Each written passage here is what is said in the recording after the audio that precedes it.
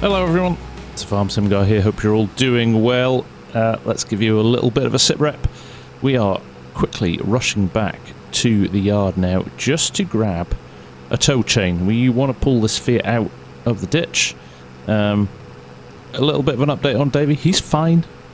Thank you all for your concern, but he's doing alright. The policeman has already taken him home to let him rest, so we will give you an update on that in a little while. Oh!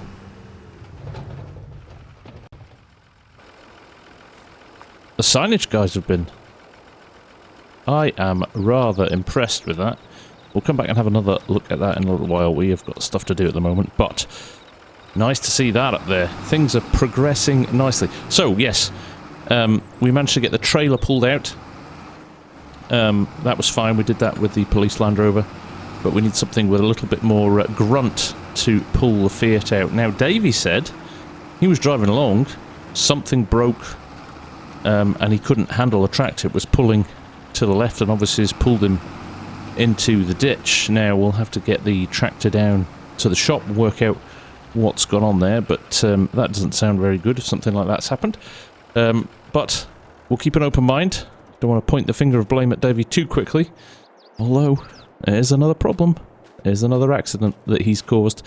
So, I think we'll take the TW15 down, we'll get the tow rope, and we'll head down and we'll see you there. Right, here we are. Just getting lined up here. Now, also, while we've got you all here, thank you for all the feedback on the beet harvest. We are going to take it, and I'll tell you why. I had a good chat with Willie.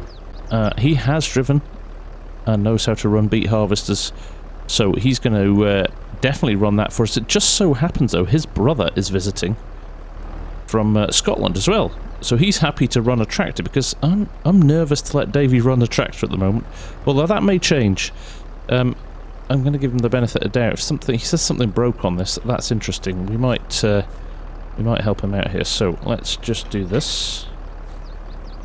And let's hopefully find a way of attaching this to the Fiat. There we go. Nearly pulled the TW in, but we avoided a problem there. That could have been fun, couldn't it? Couldn't have blamed Davey for that one. Right. Let's see if we can pull this out.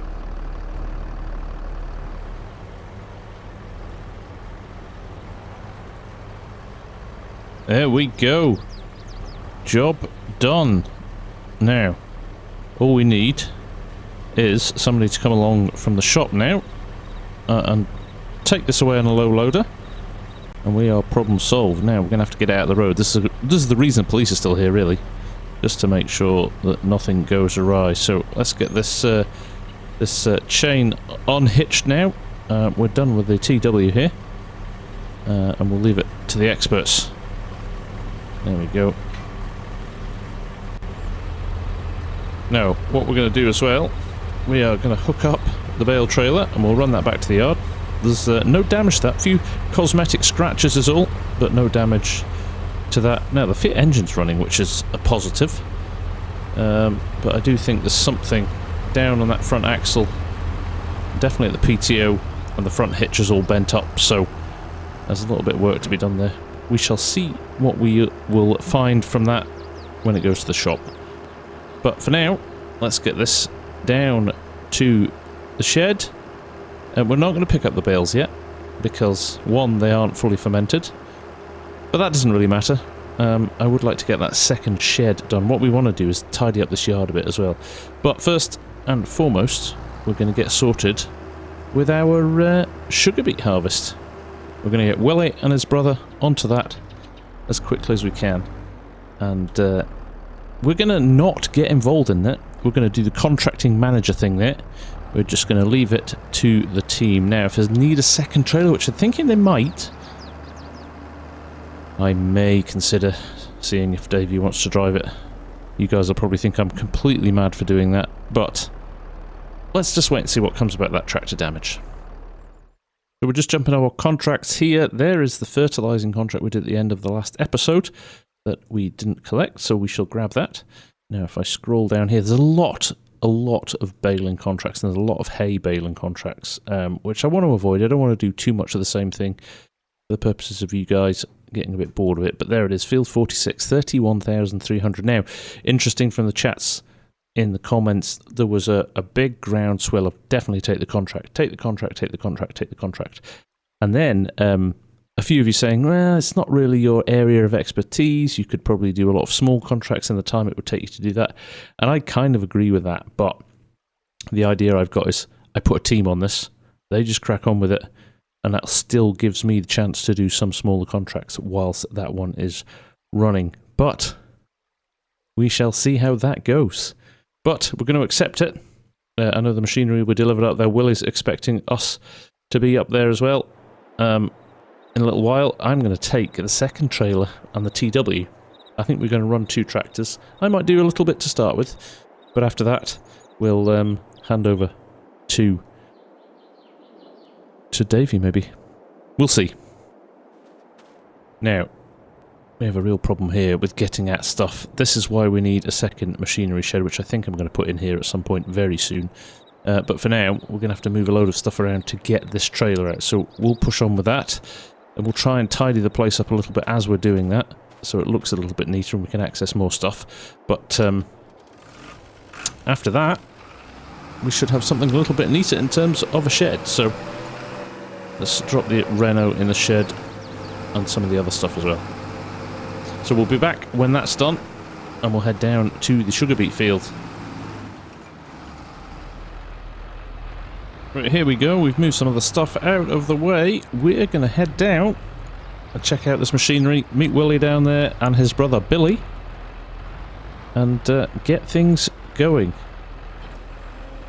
Definitely having 2 trailers on, I think, will make things move a little bit quicker. Now, the trip to the shop where you sell the sugar beets isn't too far. It's Tall Trees store, which is just past the shop. So, there's not a long run, which is good. That's probably the first time that we've not had a long run. Usually they're the other side of the map, but they're not this time, so that's good. So we can head down there, get things unloaded, get a little bit of a rhythm going, especially if we've got 2 trailers on the go. So we'll push on, and we will see you down there, I think. I'm just heading past there. The policeman's still there, obviously still making some notes, but it looks like the Fiat's gone already. That's been picked up. That's good. We should hear back about that later on. So the field we're looking at is just past the shop there, or the store. And this sell point here. Unfortunately, it's not this sell point. That would have been brilliant, but we are in here, and holy moly, look at the size of that thing. Right, I'm actually just going to park here and have a look at it. Maybe even get things started. That is huge. As a few people said, this isn't really our cup. In fact, somebody did highlight that I maybe said at the start of the series that I wasn't going to lease equipment if I didn't own it. But, and I take that on the chin. If I did say that, I apologise. But I think this is a bit of a one-off. I can't see us doing lots of these. But it was just too good an opportunity to turn down. And it's a nice big field as well. Although you do only get a narrow header on this, so it's going to take a while. We could be at this for a few episodes, but like I said, got a team on it, doing their own thing. It shouldn't impact us too much. So, yeah, Willie and Billy aren't here at the moment, but I'm sure they'll be here soon. But what a beast. A very nice Valtra tractor and a big Flegel trailer as well. So, yeah, I hope that gets down some of the lanes. That's a beast. Anyway, let's wait for Willie to arrive. Well, that's the boys here, and they have jumped straight into it. Willie was extremely excited to get the opportunity to drive a brand new piece of kit like this. He was very excited. Now, actually, the size of this thing, this is probably one of the only fields on the map where this is probably a feasible vehicle to run it on. It is massive and expensive, so hopefully nothing goes wrong with it. But yes, Billy, his brother, runs his own farm up North Scotland, so he's very accomplished at driving tractors, so he's happy He's here on holiday for the next few weeks, so he's happy to muck in as well. Obviously, I'm going to pay him. Not that tight. But second tractor, I might run that for a little while as well. We'll have a bit of fun with that. But at some point, we'll get Davey to come down and surely running sugar beets up and down to a sell point that's very close. Surely nothing can go wrong, right?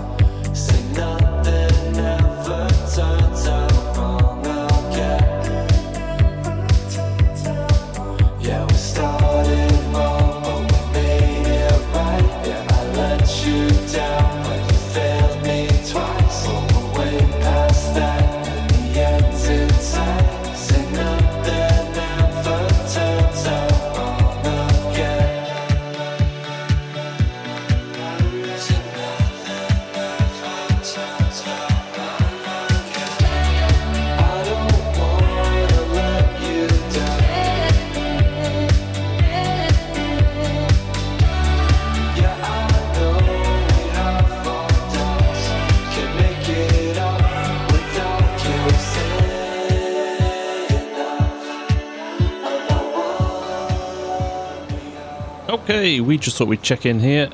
Things are going really well, actually. This trailer holds 40,000 litres, and ours holds a paltry 11 and a bit thousand litres. So I'm actually going to take that back to the yard, put the silage sides on it, get a little bit more volume in it, make it a little bit more useful.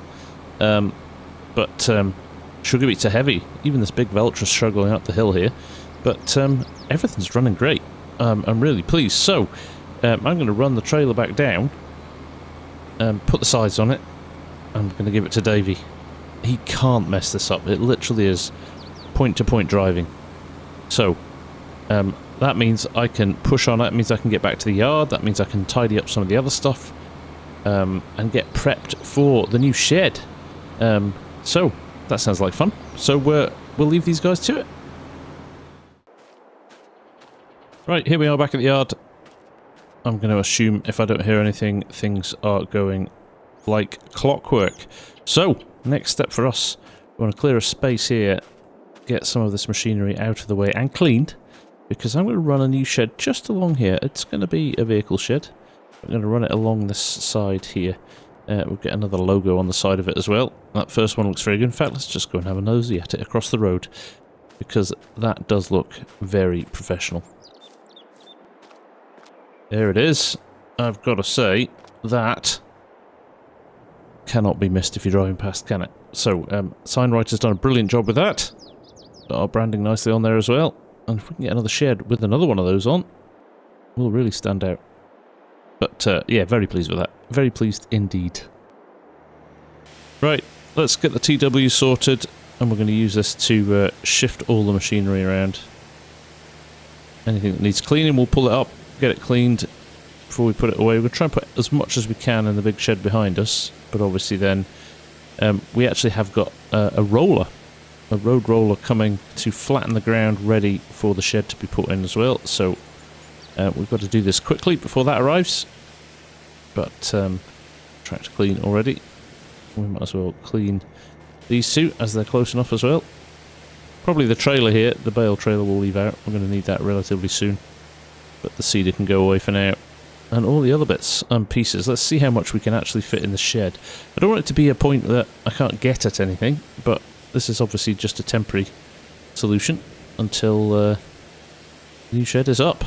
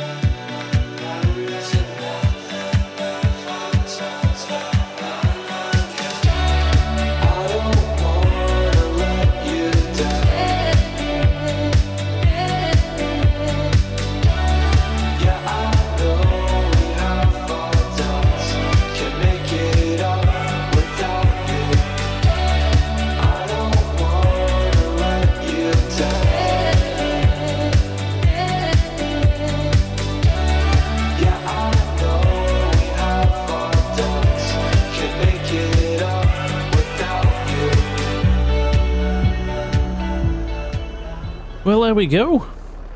Everything, bar the bale grab, tidied up now. There will be a roller coming along soon to level that ground. Let's just check on our bales, actually. Have they had any fermentation? Just the 1%, so still no rush to do that. We'll pick up the grab from here anyway. That's the last piece. We need the telehandler for that. But like I said, we are going to probably leave a little bit of a gap here. You can see the ground is a little bit lower there. So where it rises to this flat piece here, I think we'll get the roller to flatten this out along to here somewhere. And from there, we can then build the new shed, which is very exciting. So, let's just wait for that roller to arrive. And right on cue, here it is. Perfect timing. You can see the bumps here that it's driving over. But this will park itself up here. We can get the roller off and start flattening some stuff. I think we might have to move one of the bales, which is fine because we've got to go and get that bale grab anyway. So, but there we go. Going to get unfolded and get it off the low loader. There it is, a little SD115 Volvo. Let's give this a go.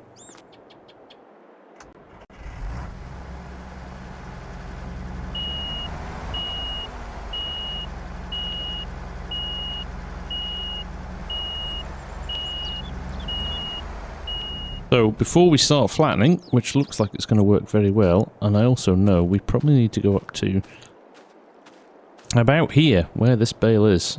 Could almost use it as a marker, actually. Thinking about it now. Yeah, let's do that. If it gets too close, we'll have to move out of the way. Right, let's give it a go.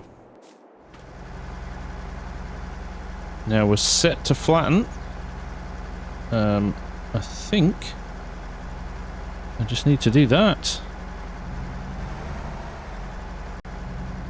And things are getting flattened. That is looking good. We'll just keep going with that, I think. See how far we get.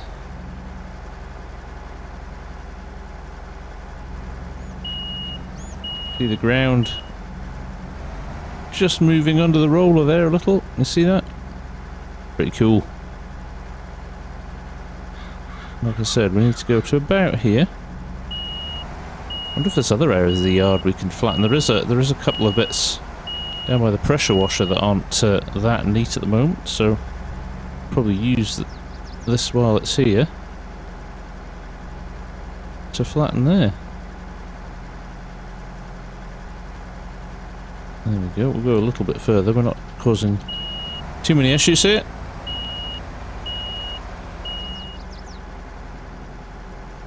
Alright, the next step, rolling out the gravel. I'm going to create a little bit of a new yard here as well if we can. We're going to have to move that bale, I think.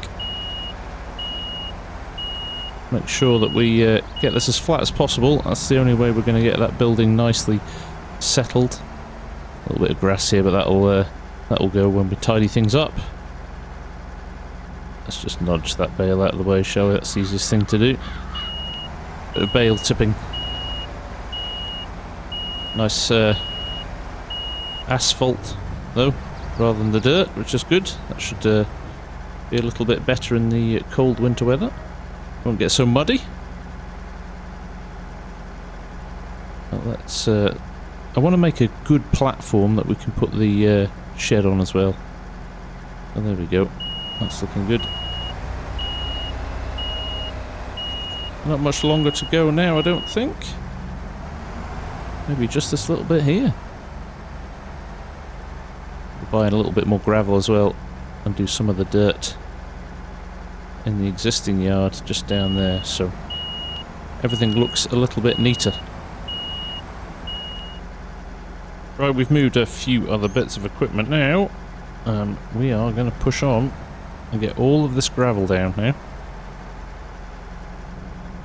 Make sure that all of these areas that have been kind of dirty grass pieces like this will ultimately look like a nice yard now. There's a little turning circle here for us.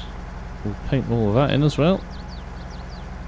get this nice gravel finish. Like I said, much nicer in the winter. Much less mud and dirt around the yard. Maybe even keep some of the vehicles a bit cleaner. So we're going to go right up to the road here as well, I think. Actually create a new drive path to the yard as well. I know it's eating a little bit of the field, but not enough to cause any major issues, I don't think. And the long-term benefits will be much nicer. There we go, nice and flat as well. It's getting us easier to drive around on as well, which is great. And just one more tiny little bit, and I would say we are done here. Nice. Oh, look at that. That is fantastic. That is crying out for a shed to be placed on it. Looks really, really good. I'm so happy with that. TerraFarm working well there.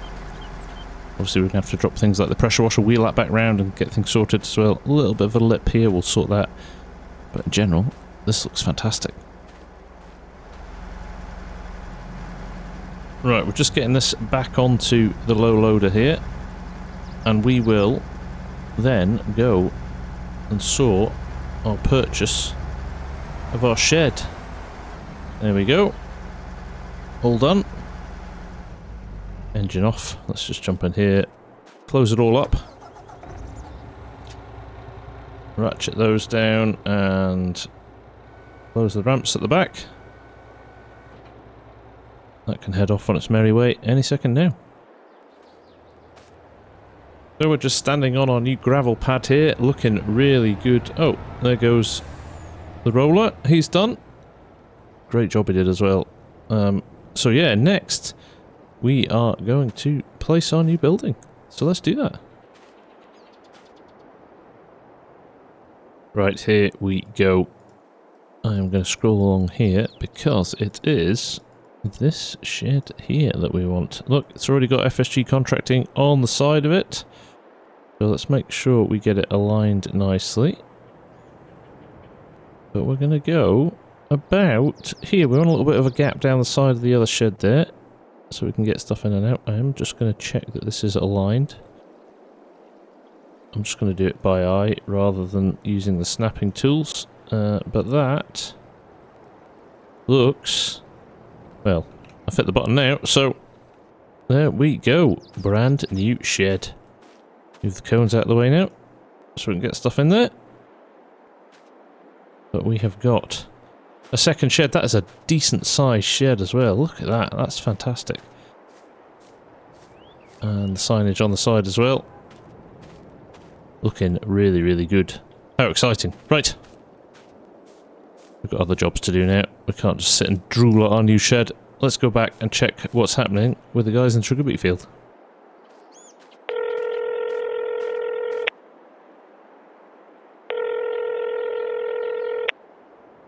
Hello, Mr. FSG. The deal here. The Fiat's a write-off. Oh, really? What went wrong? Well, chassis bent. Oh, okay. That's unfortunate. Hopefully insurance will pay out for it. Listen, any sign of how the accident happened? Yes, front left axle seized. It would have pulled the tractor really heavily to the left. Okay, brilliant. So, it wasn't Davy's fault? No, I doubt it. Just bad luck again. Okay, well, there we go. Thank you. I'll have a think about what I do next. Okay, well, the Fiat is wrecked. We do have insurance. We should be covered, but that's a real frustration. Okay. Well, nothing more we can do about it now. Let's go and check out how the guys are getting on with the harvest.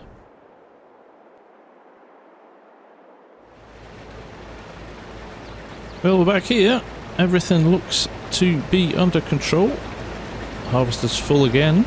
I need to see the tractor just going up and turning around up there, so he'll be coming back to join us, and here he comes. So things are looking rosy. It is taking a long time though on these headlands, isn't it? Hopefully once the headlands are done, it'll speed things up a lot. So, but I have no reason to believe that things are going to take too long. Look at this. Really going for it. Okay, leave them to it.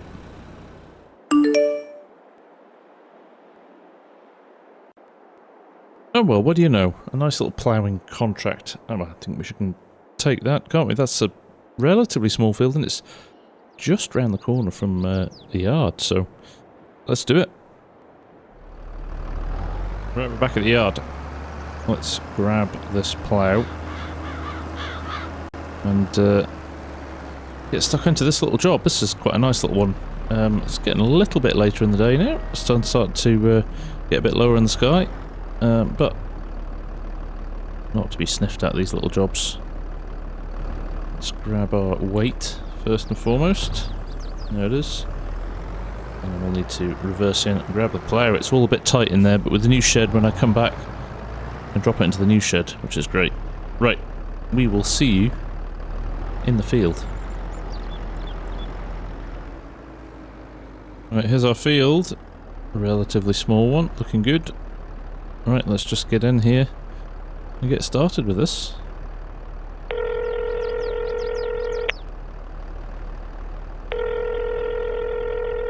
Hello? Ah, Mr. FSG. Darlington Smythe here. I could really do with a conversation with you. Right away. Could you possibly come down to the farm and have a chat? I am just in the middle of a contract here. Can it wait until I've done? I suppose so, but, do be quick. Okay. Thanks for phoning. Right. Let's push on and get this done. And, let's go and see what Mr. Tedlington Smythe wants. But I suppose we'll push on with this, and this has kind of come to the end of this episode. Lots going on, lots in progress. So I'll get this kick-started, and fingers crossed. That's not bad news from Mr. Tedlington Smythe. We shall see. But for now, from me, the Farm Sim Guy, thank you very much for watching, and I'll see you again very soon. Bye for now.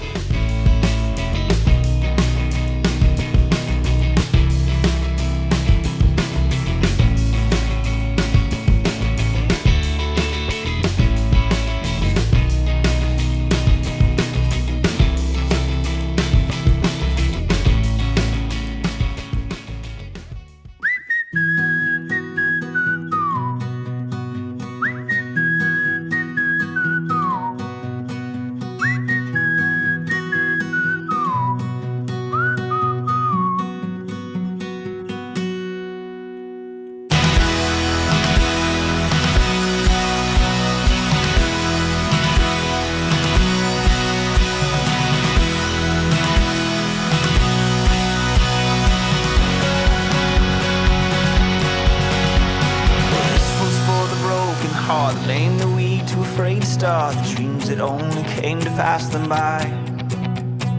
Here's to the broken man who stood and walked when he heard you can, 'cause it shows me that faith is more than sight.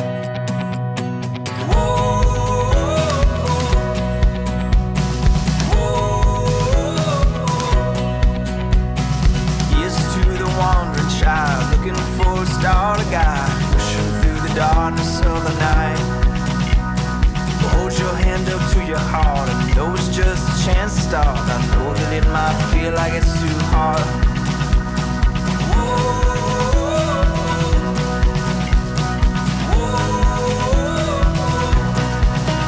Oh, love is where you are. Just know that love is wherever you are. It will never be too far.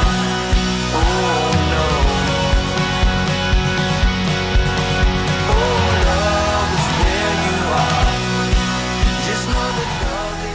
Hello everyone, it's Farm Sim Guy here. Hope you're all doing well.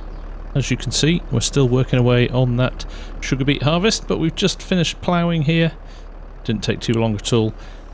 It's getting quite late now, so we're just going to fold this up, and we are going to head back to the yard. Now, if you remember, at the end of the last episode, Mr. Tedlington Smythe said he would like a chat with us. I was slightly nervous that it was something serious, but I don't think it's going to be anything too bad. He seems like a nice chap. All sounded quite positive, but we will find out. Now, I was going to go tonight, but it's getting quite late, so I may pop down and see him first thing in the morning. I have just spoken to Willie and Billy as well. They are going to push on through the night. They said they're about 3/4 of the way through the beet harvest now, so they're just going to keep going. It's although it's getting dark, it's not that late, and they're happy to drive for a little bit longer, so we'll let them do it. Maybe they just don't want to start working tomorrow. Now, I do know there's some bits on the field that have been missed. We can tidy those up at the end.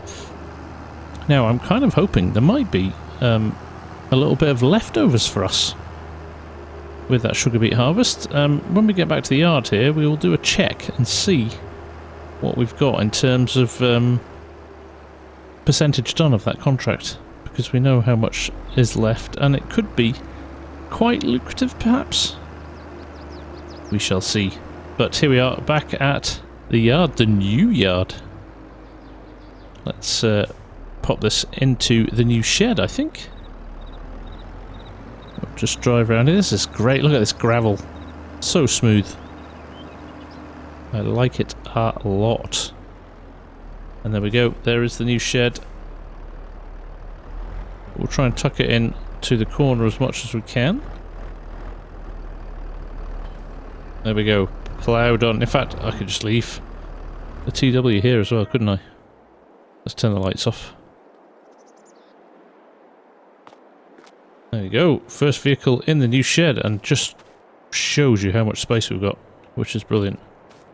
And again, a little bit of a nosy at our nice sign on the end as well. Fantastic. Right, we're going to leave Willie and Billy to it. I think we're going to turn in for the night. It's been a busy old day today. Let's see what tomorrow brings. Actually, before I jump into the caravan for the night, we did say, didn't we, we were going to look at how much of a percentage was done on the big contract already. Obviously the guys are going to finish it, but let's see how much more they've got to do. So there we go, field 46, 79% done, so they're doing pretty good, and there's our ploughing contract as well. We'll collect that. Every little bit helps, doesn't it? But yeah, 79%, that is not bad. Not bad at all. Right. We will see you in the morning. Good morning, everyone. I hope you're all doing well. That was a nice sleep. The guys got as far as they could last night. They called it a day late on. And as you can see, there's just this little section left to do. All of the field over there and the other side of the hedge has been done. Now you can see these patches here. The machine is so big, it's not turning around in time to line up with these, so I'm going to go around and make sure we collect all these at the end to make sure we definitely optimise our money's worth out of it. But there's quite a lot of crop still in the ground, and if they're 80% done, I think there could be a nice little earner for us here. So, we shall see. Looks like he's waiting to be unloaded. Anyway, we can't hang around here. We have got a certain Mr. Tedlington Smythe to go and see. So, let's go and say hello to him. Right, so we've left them over there. It's started to unload now. I'm taking this trailer back. Davey's not going to be running a trailer today. We found that actually just that one-to-one with that, the 40,000 litres that are held in the machine and the 40,000 litres in the trailer means that it's pretty perfect with just one trailer, and because it's not going so far, it's not having to wait for the trailer to come back. It's almost timing it perfectly, so we don't need this, which is good. We can take this back to the yard and we can utilise it for other stuff. But it also means that I can stop on the way home, I can stop at home farm, and we can have our little catch up with Mr. Tedlington Smythe. Can you believe it is 9 AM in the morning and the sun is still very low in the sky? Well, it's November, I suppose, but we're in for some long, dark winters, I think, at this rate. Right, we've got to get round to here and head up to home farm. Right, here we are. That is the farm itself, and I believe this is Mr. Tedlington Smythe's house. So, let's head in, let's have a chat with him. Ah, good morning, FSG. How the devil are you? Morning, Mr. Tedlington Smythe, how are you? Do call me Charles, dear boy. Okay, morning, Charles. How can I help you? Well, I've been watching your work for a while now, and I've been thoroughly impressed. I own Home Farm, and I would like a new farm manager. My old manager has just left, and I need to build the farm back up. So I would like somebody to run the farm. We're going to put cows in, and we're going to run a going concern again on this farm. I own a few farms, so we can bring cows over from the other farms, and we can get things going that way. How does it sound? It sounds like an excellent job for somebody, yes. Are you wanting to chat to me to find out if I know anybody appropriate? No, dear boy. I was thinking of you. Okay, but I have a busy contracting business and I'm not sure I could handle that extra workload as well. Oh, don't be silly. I think you can manage the two in tandem very well. Oh, well, if you think so. In terms of equipment and machinery? No, we don't have much at the moment. There's a little bit of budget there, so you could treat yourself to some new tractors for the farm. Now, I would ask that you don't use our tractors for your contracting business. Other than that, I don't see any problem. Have a think about it. Wow, yeah. Well, I would love to have a think about it. Certainly I will. Okay. Thank you very much. Anytime, old boy. Anytime. Wow. I wasn't expecting that. I don't know what to say. Other than, have I got time to do this? This is Home Farm. This is one he's talking about. Let's go and have a look. He said we could just go and have a look around. It's sitting, waiting for everything. He says there's a house included as well, so I wouldn't have to stay in my caravan anymore. What have we got? We've got a couple of sheds here. Storage. Quite big sheds, actually. This is where the cows, I'm guessing, go. Looks nice. There's fuel over there. Straight out into pastures down here. Slurry. Crikey, there's a lot of storage space here. So if it's cows, I am expecting he's going to be wanting to do a lot of silage work. I didn't ask him how many fields came with it, actually. That'll be an interesting one. I am assuming this one does. It's a lovely big grass field. We'll get some good silage off this. Interesting stuff. I'm going to have to give this some thought. Can I handle this alongside the contracting business? It's just cows. So, other than getting the feed for them, we should be alright. Maybe we do this. We've also got somewhere to store our grain, which we don't have at the moment. There's the bunker. So, we can do that as well. Excellent. Great. Ah, this is where he leaves his Land Rover as well. Okay. Got some thinking to do. In the meantime, we're going to run the case back down to the yard. We're going to tidy some of that machinery out so it's all nice in the sheds. And hopefully, we'll pick up another couple of contracts along the way. Right, nearly home, and I cannot get the thinking out of my head for that job. I am really pleased that he thinks I do a good enough job, that I warrant that farm manager's job. I do worry what it might do for the contracting business, so I do worry. We shall see. I need to give it some more thought. But in the meantime, let's get back here. Let's pop the silage sides off this trailer. And we'll pop it in the shed. Along with everything else. Right, there we are. Back to normal with that. Let's get it hitched up and reversed into the shed. We could probably pick these bales up at some point as well. I need to see how well fermented they are. Move these cones out of the way. In fact, while we're here, let's check a bale. 28% fermented. They take a while, don't they? Right, let's get this in the shed and work on the other stuff.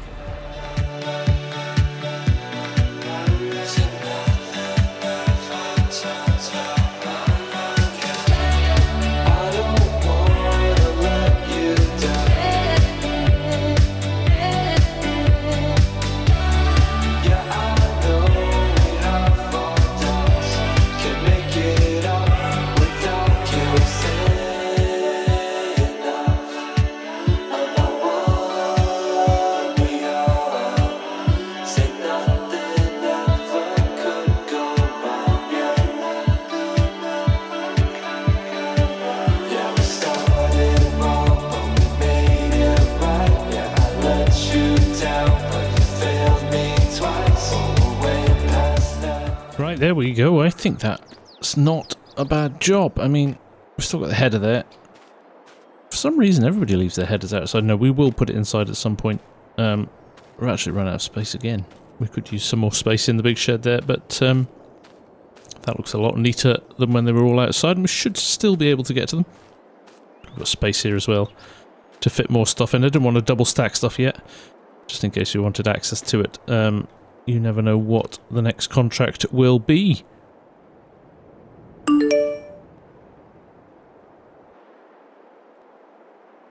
Well, well, well, Michael Hammond wants some hay bales before the winter turns. That is a really nice contract and a lucrative one at that. 15,000. Now, my only problem is I've only got a baler that wraps. I don't think you can turn the wrapping off on that. So, we would have to invest in a piece of kit if we were going to do that, I think. Kind of annoyed now that I got rid of the other one. Let me have a think. I think we take it. Worst case scenario, we have to invest in a second baler. Okay, I've just checked. As I suspected, this will only do silage bales. So, let's give the dealer a bell. Let's see what he's got in stock and see if we want to part with some more money.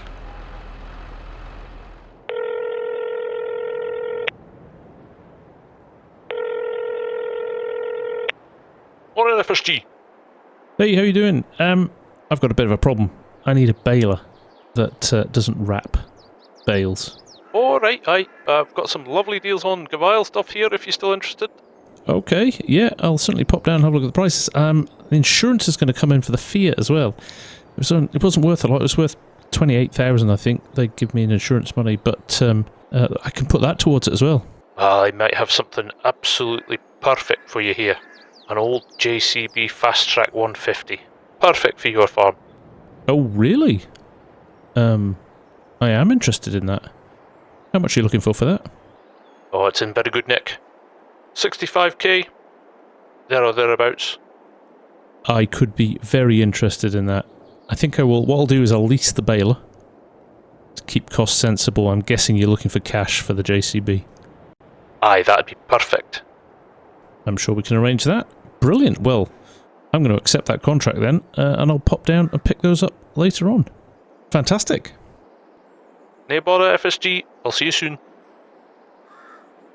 Wow, okay. Okay, I'm spending money like it's going out of fashion.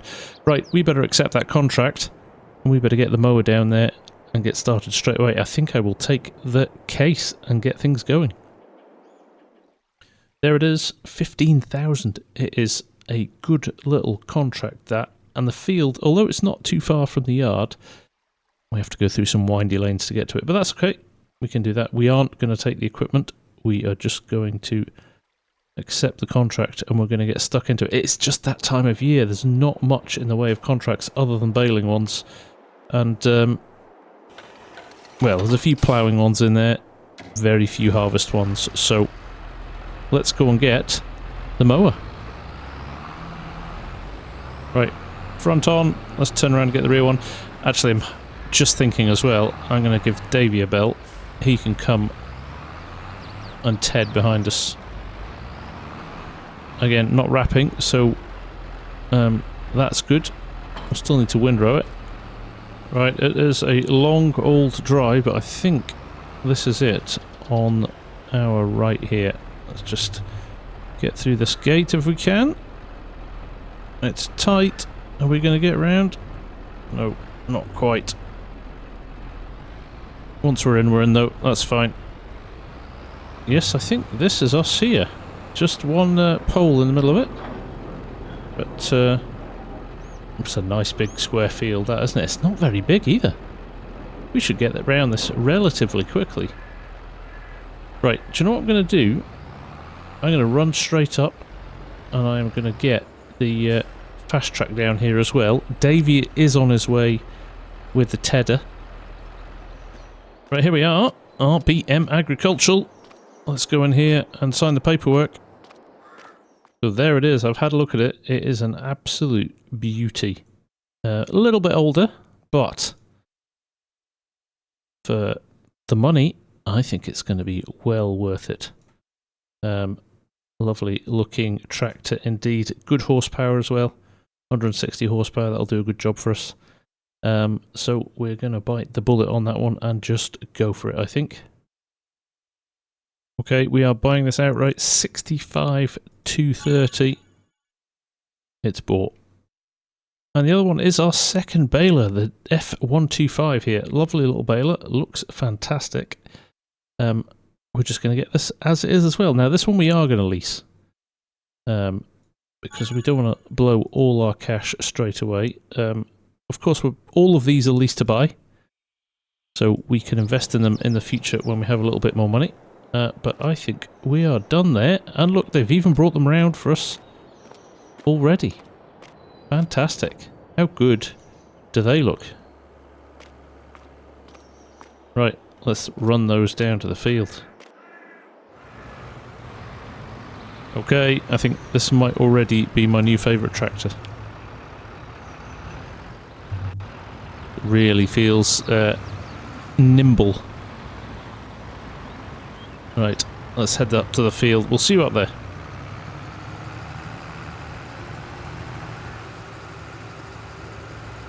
Right, I'm probably loving this tractor already.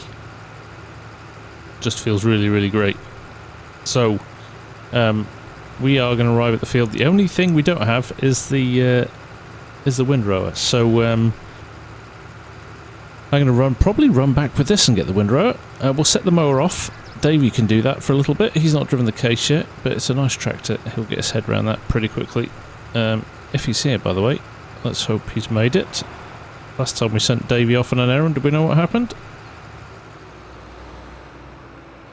But here we are. Yes, looks like I can see him parked behind. Yep, he's here. Great. So the only problem is we've got kit all over the field where we need to mow the grass. Right. Let's set the mower off, and then I'll run down the road and I'll get the windrower. Right, Davey seems happy enough there in the tractor. We'll just move the Renault now over onto a bit that he's already cut so that it won't get in the way.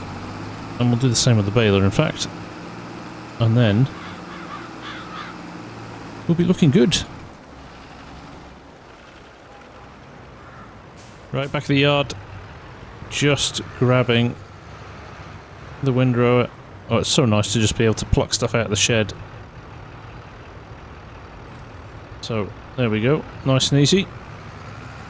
Right, see you back in the field. Right, here we are. Looks like he's done one lap and has started his second lap already. Okay. We've got a lot of equipment in this field now, haven't we? Right. I suppose it makes sense for me to jump into the Renault and do some tedding, doesn't it? Alright, there we go. Now, hopefully, I'm not going to clash with the baler at any point, but we'll see how we go.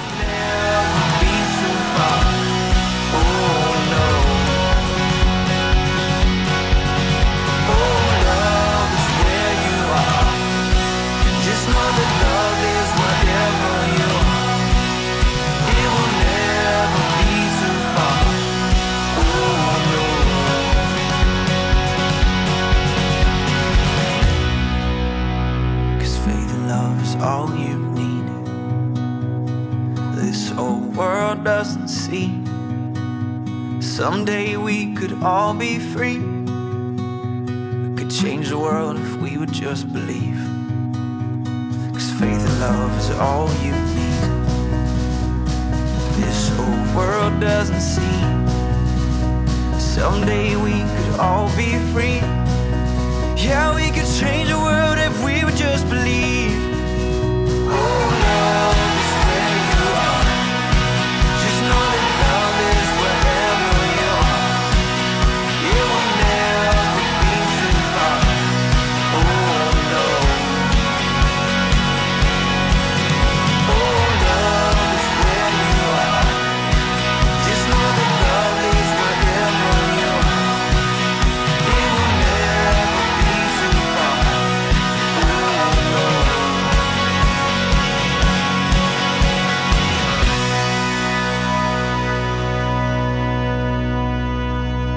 That's all I got. Right, I've just put the brakes on here. We are doing a couple more headlands with the tedder than we are with the mower, so I'm going to have to. I'll be running over grass that's not been cut now. So good opportunity to just let the mower finish off his last little row or two before we head down there. So once he's done those two passes, though, we might swap out here. I might pop Davey in the tedder. I'll run the mowers back to the yard. Right, there we go. Mowing done. Let's get this out of the way. We've stuck Davey back into the tedder, and like I said, we'll run this back to the yard, and then we'll be back to run the baler on it. Right, we're back. That didn't take long at all. It's not a bad run, to be honest. I'm not going to bother washing it at the moment either, just because of time. So, we will see you back at the field. Right, we are back, and as you can see, tedder doing very nicely indeed. We're going to wait a little bit now, I think. Let him get a little bit further ahead before we put the fast track and the windrower round, because I think he would catch up with him pretty quick. It's quite wide, that windrower, so I think he would catch up with him. So we'll give him a bit of time. Maybe have a sandwich and relax for a bit.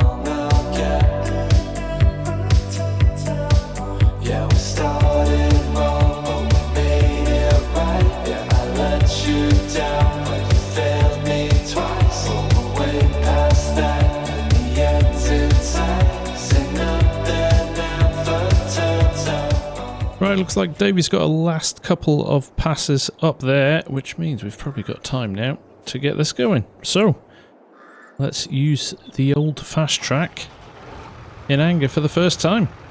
Looking forward to it. Now, I was just getting things sorted there, and I looked up, and our money's gone up quite a lot. I think the boys have finished the sugar beet contract, and this is all bonus money now. So, before we get started, I'm going to run over there and see what's happening with those guys. And yes, indeed, they have finished, other than all these little patches, which I'm going to run around now and pick up, because I want to make sure that we maximise our earnings out of this. But the guys have done a brilliant job, and we've certainly ticked the box from the contract, so this is all bonus for us. So, let me just quickly run around, collect as much as we can. What's in here at the moment? 2% just, so let's see how much we can gather by picking up all these little bits. So I'll do that quickly, and I'll be back. Right, there we go. That took a bit of time, actually. this thing does not move that quickly, but all the straggly ends and bits and pieces off the field. We've got 46% of a tank here. So, we'll throw this in the trailer, we'll see what we make from this, and hopefully a little bit extra cash on top of the contract. There we go, that's just unloading now. We'll obviously have to run this down before we complete the contract, because the machinery will be taken off us again there. But there we go, 21,000. Let's get this down and sold. Right, here we are at Tall Trees. So let's roll in here. I actually think this is where we have to get rid of our hay bales as well, of the other contract we're doing. Don't quote me on that, we'll check that again, but that'd be pretty cool if it is this one, because it's not that far from the field again. So let's just clarify where we are with money and stuff. So after we bought the fast track and leased the new baler, we had 65,000 left, so we literally spent half of our money in one go. Now we've got 72, so obviously we've made 7 grand somewhere along the line. I think it was from additional sugar beets, plus whatever we get out of this trailer as well. So it's proving to be quite a lucrative contract, this one. Obviously 31,000 for doing the job itself, and it looks like we're going to get the best part of, he waits for it to fully empty, £10,000 in income over and above. So 41,000 for one contract. It has taken a long time, but equally we've been able to get on with other stuff while it's been happening. Willie and Billy, and well done to you lot for picking up on the fact that they have the same name. That was intentional, by the way. Willie and Billy have just got on with it in the background. So that makes me think it's the sort of thing I could do again in the future. But for now, that is the job done. All polished, put to bed, and a tick in the box. So we'll go and collect that contract, and we'll head back to the fast track. And there it is, 31,345. So obviously we lose a couple of thousand because we had to lease the equipment, which is fine. So 29,255. So let's collect that, and we are sorted. So there we go, back in the fast track. I just want you to see there, we're back up over 100,000 already. Not bad. Not bad at all. And then obviously we've got quite a nice little earner with this contract as well, which should pull us virtually back to where we were at the start of the episode, but now we own a new tractor and a new baler. So, pretty cool. Right, anyway, let's push on and get this windrowed. Looks like Davey's finished with the tedder as well, so I'll get him to run that back to the yard, and we'll crack on with this. Right, that's us all set up. We're going to do the middle of the field first, and then we'll do the headlands at the end, so we get some nice, neat headlands, and it doesn't look too scrappy. So, we've kind of reached the end of time for this episode again. Time does fly when you're having fun. So, I want to say thank you very much for watching, and we'll be back very soon with the next instalment. And we'll give this JCB a good run out and see how we go with it. But for now, from me, the Farm Sim Guy, thank you so much for watching. I have to say, I am, one, loving the response to the series from you lot. I'm delighted you're enjoying it as much as you are, but I have to say, I am having a whole heap of fun putting them together as well. So thank you very, very much. It's very much appreciated. And on that note, I'll say goodbye, and I'll see you again very soon. Take care. Bye for now.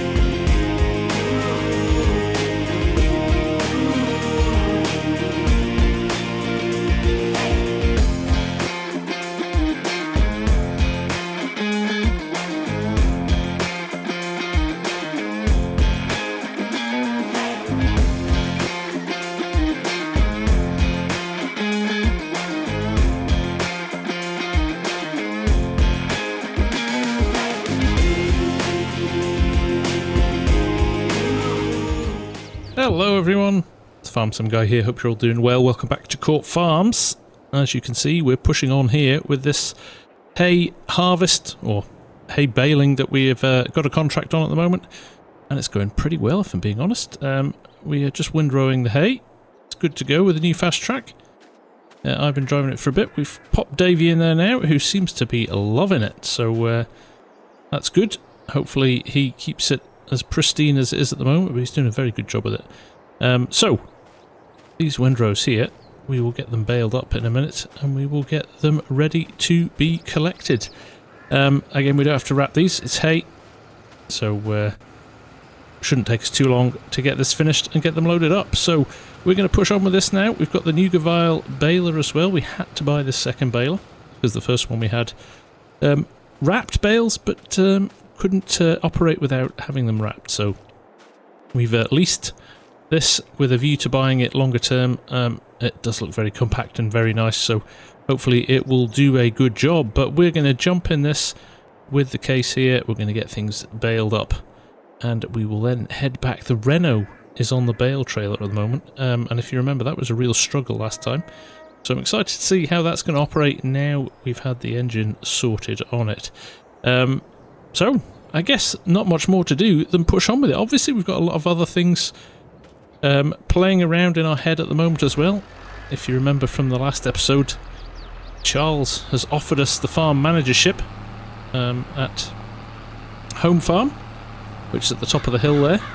And we have got to make a decision on whether or not we want to do that alongside running the contracting operation. Now, what it does help is in the lulls with the contracting, we've got stuff to do. He wants us to predominantly look after the cows there, but obviously some land comes with that as well, so we can create our own silage, create our own straw, create our own hay, so that we've got enough to make food for the cows. He's going to ship the cows in from one of his other farms. I think he's got quite a lot of land.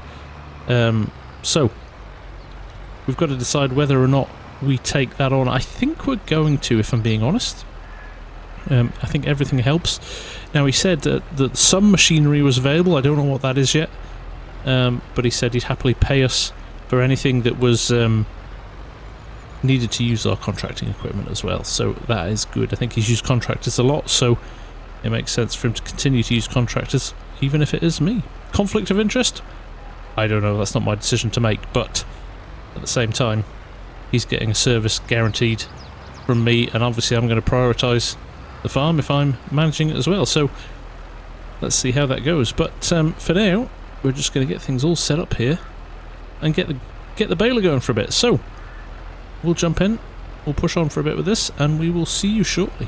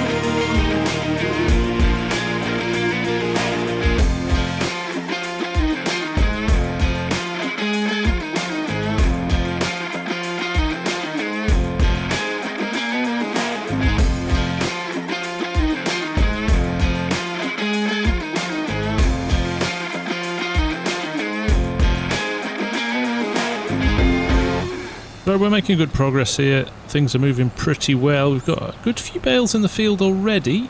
And looking out over there, Davey's done and all folded up with the windrower. So we'll probably tell him now he can head down to the yard. He can bring back the trailer and the telehandler, and by that time we should just about be done here.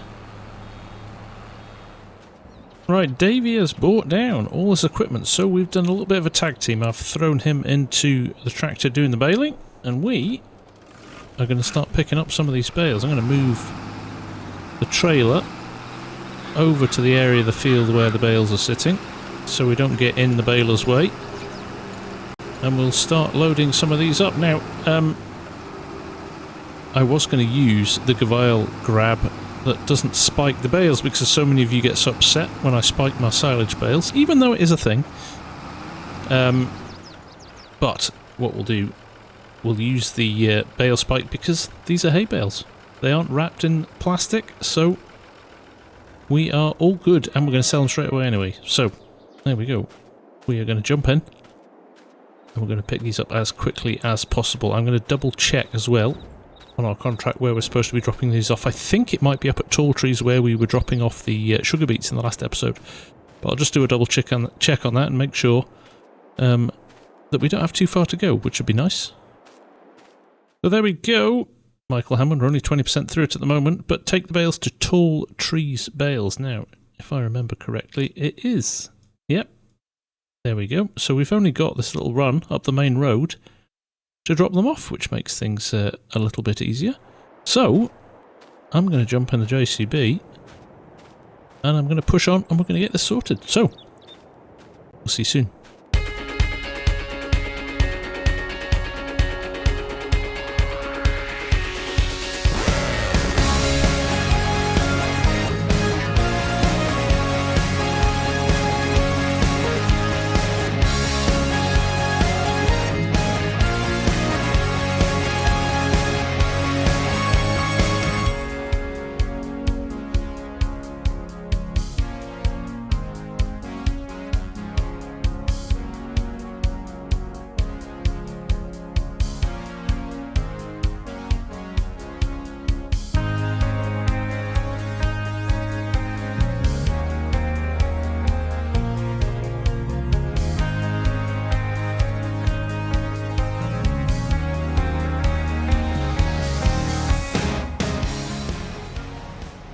Right, here we go. Last couple of bales on the first load. There's a lot of bales in here, actually. Certainly another full trailer load. I don't know what else we've got beyond that, but this is looking pretty good. So, I don't know how much this will get through the percentage of the contract, but that is one decent stack of bales there. Now, I'm thinking ahead, so if I do take this farm manager's job at home farm, what are the potential that some of these hay bales could come in handy to contribute to the feed? I'm sure Mr. Tedlington Smythe will happily pay us for the privilege, but I'm kind of thinking rather than selling them, because they're not worth much, of more value to me as a mixer for TMR than they are selling. They don't sell for much. Straw and hay don't sell for much, unlike silage. So let's run these down. We've got to sell these ones anyway because these are part of the contract, but any that we've got left over at the end we should probably keep. Davies missed a few bits on these couple of rows here, which is interesting. We'll probably have to run the baler up and down just to get those at some point, but just for now, we'll not worry about that. We'll try and get some of these bales down and sold. So, we are at the top of this road up here, so we'll just gun it up here, and we'll see when we get there. I tell you what though, this Renault is a completely different beast. Look at this. We are flying up here. There is absolutely no way that this would have made it up here in the good old days. Alright, a little bit of slowing down on the hill there, but that's not a surprise. We've got a big load of bales on the back. But it is towing these like nobody's business, so that is awesome. That means the engine in this is in a proper good place after the repairs that we did for it. So that's a tick in the box. And there we go, there's the entrance, just past the windmill there, to potentially our new home. I still haven't phoned Mr. Tedlington Smythe and said I have accepted, but I'm pretty much in my head decided that's what I'm gonna do. So let's get this contract done. I might give him a bell on the way back down the road. I'll give him a call on my phone and just tell him that is our intention, so he can prepare things for us. So like I said, we'll see you when we get to the sell point. But here we are, next to the pub. We'll swing round here and get these sold. It's nice to have an easy run to the sell point. We've had a few contracts already which hauled us all over the map, so it's quite nice, this one.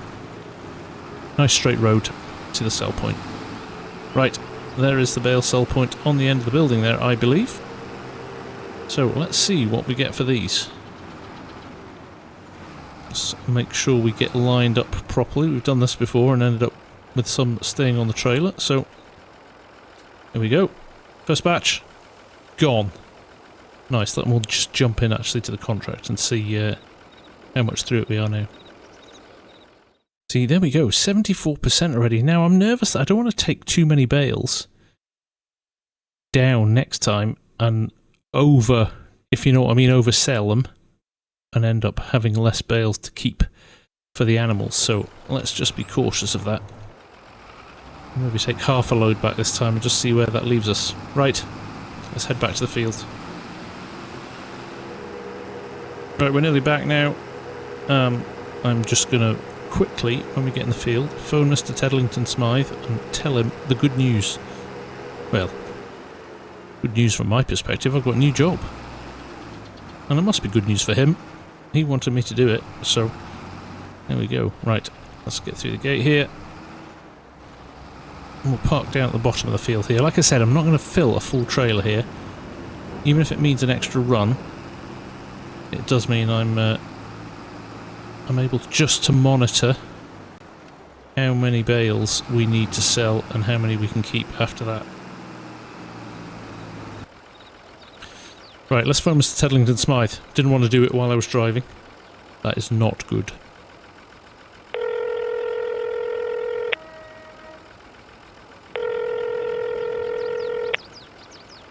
Well, hello, FSG old boy, how are you?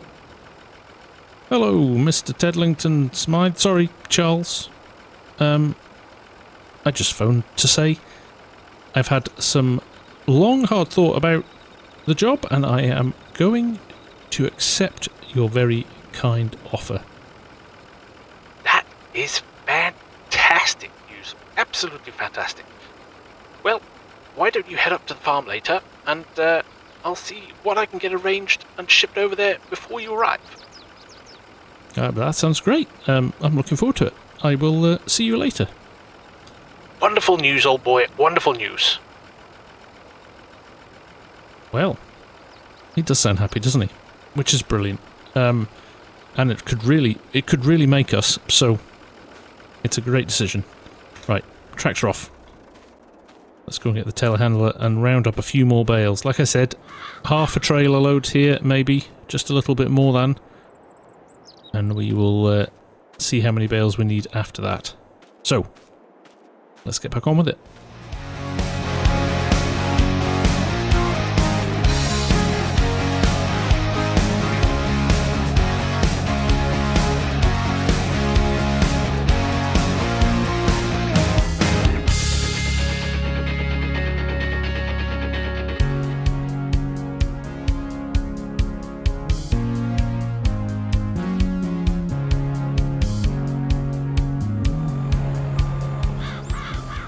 Right. What have we got there? 12 bales. A little over half a load. Well, maybe we could have got... Yeah, we could have got a few more on there. Let's try this. Because, like I said, I don't want to sell any bales that I don't need to. So let's run these up to tall trees. There's quite a few at the top of the field there, though. So if we can pull this, I think we might be a little bit short here. I think we might be maybe 2 or 4 bales short, but I'm going to give it a go anyway. And we'll see. Because if we keep the rest, we are laughing. And our silage bales as well on our field. Maybe we could sell those to Charles as well. And at least some food ready for the cows when we get to the farm. Right. I'll see you at the sell point. Right, here we are back at Tall Trees. Here's my plan though. What I'm going to do is I am going to take the straps off, but I'm going to this time not park over the sell point, and we're going to do it bit by bit. So we'll put the HUD up as well so we can see if it gives us any percentages in the HUD while we're unloading. So let's give this a go, shall we? Straps off.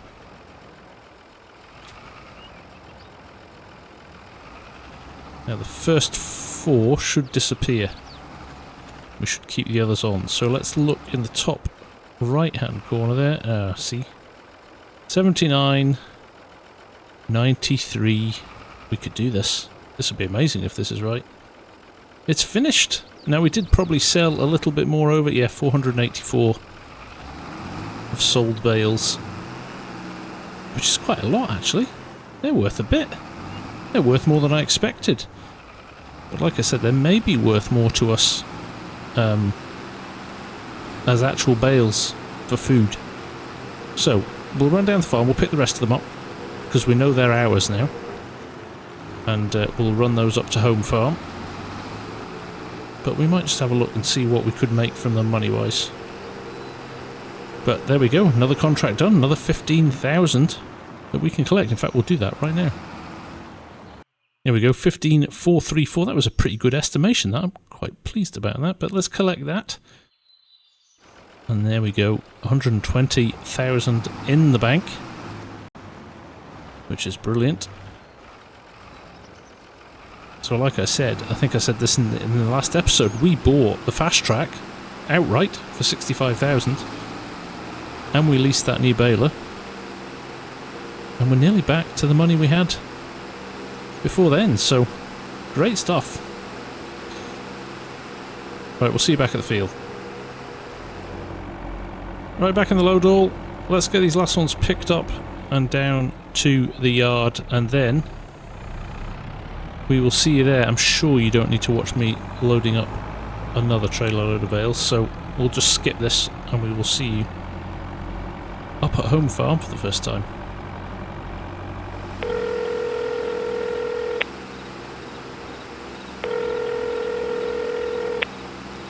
Hello? Hello, FSG. Charles here. Just phoning to say that the equipment has been shipped over to home farm, but we'll deliver the cows tomorrow, and we do have some bales as well that we can ship over. Some silage, some hay, and some straw bales, so you'll be able to feed them from the off. Oh, interesting. Well, I've got a few bales here as well, actually, that I had left over from a contract that I could bring to the farm. Excellent. The more we've got, the better. It's going to be a long time till the spring, and when we can plan to get the next harvest in. So, yes, we may be having to buy some stuff through the winter, but great news. Oh, well, that's great. I'll be arriving shortly, so I'll look forward to seeing the equipment. Wonderful stuff. I will see you soon. Well, there we go. As we roll round here to the yard, we'll see what we have got and give you a little bit of tour of our new home. Home farm. There we go, the gates are open. So let's just roll in and see what's what. It's a nice yard actually, it feels quite spacious, quite a lot of storage in it as well, which I quite like. I'm guessing we'll be able to invest in more equipment as we move on, but for now, we've got what we've got. Right, interesting. There's a few things in a few sheds here, let's have a look at them. Right, so I'm guessing we may drop our bales in here. This looks like quite a nice shed. Looks like it's had straw in it before, but if we could stack our different types of bales up in here, they'll be easy to access and load up. I'm guessing that's a feeder box over there, so we can do that. That's great. What have we got then? What's he left us? Again, a bit more storage in there. Maybe a equipment storage or seed, fertilizer, things like that. Oh, I've got this case front loader here. Looks like it's seen better days. It's had a tough life, but it's looking alright. Nice sized bucket on the front and a bale spike there as well. Great, so we can unload these actually. Which will be good. A forage harvester. Interesting. Interesting.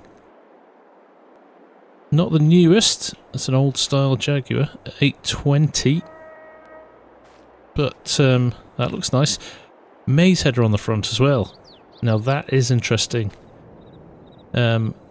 So maybe maize silage, which is good because you can get some serious volume. So that'll be interesting to try. And then an animal feed mixer. I'm not sure how much is in there. Oh, there we go. 22 meters cubed of product. So that's actually quite big, depending on how many cows we end up having. That's pretty big. And then this, which looks pretty new. A little T5 New Holland. Not masses of horsepower in these. Maybe, I don't know, 100, 120 tops. But that'll be a handy little tractor, I'm guessing. It's designed for running around the yard here. Taking the feed wagon about. Looks like it's got a front loader attachment as well. I will ask about that. It would be handy to have a front loader down here for sure. But very nice. Not bad at all. But that's all the kit. That's all the kit we've got. So I get the impression as well then that we're not going to be using straw for bedding in here. So slurry only, which is good because we can use that on the fields. That's nice. This is a nice size pen as well. Into a small pasture here with dry stone walls. So I'm not sure how many cows are coming over, but it all looks very much ready for them to arrive. I like this a lot. Now, there is some land that comes with this as well. So let's just jump out to the map and have a look at that. Obviously, I think when we looked the other day, this rather nice big grass field here down at the bottom belongs to us. There's the slurry pit. We'll try and fill that up as quickly as we can. But yes, no, down here there's this big field, which is great. Now, I think we own the adjacent one. How can I get to it? Is there a gate anywhere here? Or we'll just sneak through this little bit of hedge here. This is ours too, I think, that runs right up to the windmill. Let's just jump into the map and have a look. So yes, there we go. We have got this field here. 53. 133, which is the field we were just standing in as well. And 48, this big field at the bottom as well. Well, actually, we'll head down. We'll have a look at that in a second. Now, it looks like the windmill is on the land here. Based on the map just then, let's just have a look at that again. The grain mill is on our property. That is interesting. So, we can potentially utilise that to our benefit. How exciting. Right. Let's just push back through here. Right, I'm going to walk down to the end of the field here and have a look at our other field down at the bottom. This excites me. Obviously, we're going to need some grass, or some grass to be turned into hay at least. But we've got two other fields here, so we could be planting, I guess, wheat in one. And then maybe in the big one down here, this is what we use for our... We plant corn in here. And this is what we use for our silage going forward. What's in there at the moment? Linseed. Growth stage 3 of 7. Now it seems really wrong to plough that up and plant corn. But I would quite like to do that if we can. We're going to need to get something to feed these cows pretty quick. We'll maybe have to speak to Charles about that, actually. He's probably not going to want us to do that if he's planted this already this year. So it might be we keep our grass in here, and then, again, let's try and sneak through here. Maybe this is our cornfield, because this is just grass at the moment. We could get this planted with corn, and that could be our first crop, and then maybe revert back to Well, maybe we keep this as the corn one, and actually when the linseed is cut, we put wheat or barley or something into the bottom one here. And we use the straw off that for feed as well. So, lots of things to consider here, but it looks like we're into phase 2 of our life down here on Court Farms. We are a farm manager. We have our own farm. And we have somewhere to live as well, which is exciting. Now, I am going to keep the contractor's yard over there. As you can see, there is some equipment here, but not masses. We're going to have to keep using our equipment for certain things. I may even need to invest, especially if we're going to be doing forage harvesting. And we may need to upgrade our trailers, and certainly going to need more than one. I'm kind of kicking myself now that I got rid of that other one, but we may need to invest in a couple of trailers. Tractor-wise, we're alright, but yeah, things change slightly now. We need to consider things. But here we are. We're at Charles's farm. We are the managers here now, and that's starting to get exciting for the future. Right, now I'm going to get these bales off. And I'm going to run this trailer back down to the contractor's yard. We don't have the luxury of auto load now, so we just need to be a little bit careful here. As we're stacked, we'll make sure that the top one doesn't fall off while we're moving things about. This feels pretty good already. There we go. First 2 out. That wasn't so bad, right? Shouldn't take too long to get the other ones done. The brakes on this are awful. Need to get those looked at.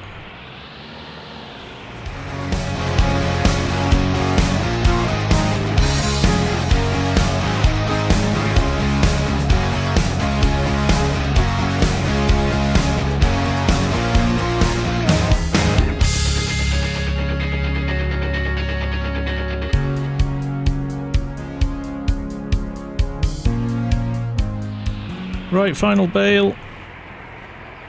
I'll just drop this here. Like I said, not the prettiest, but it'll do the job.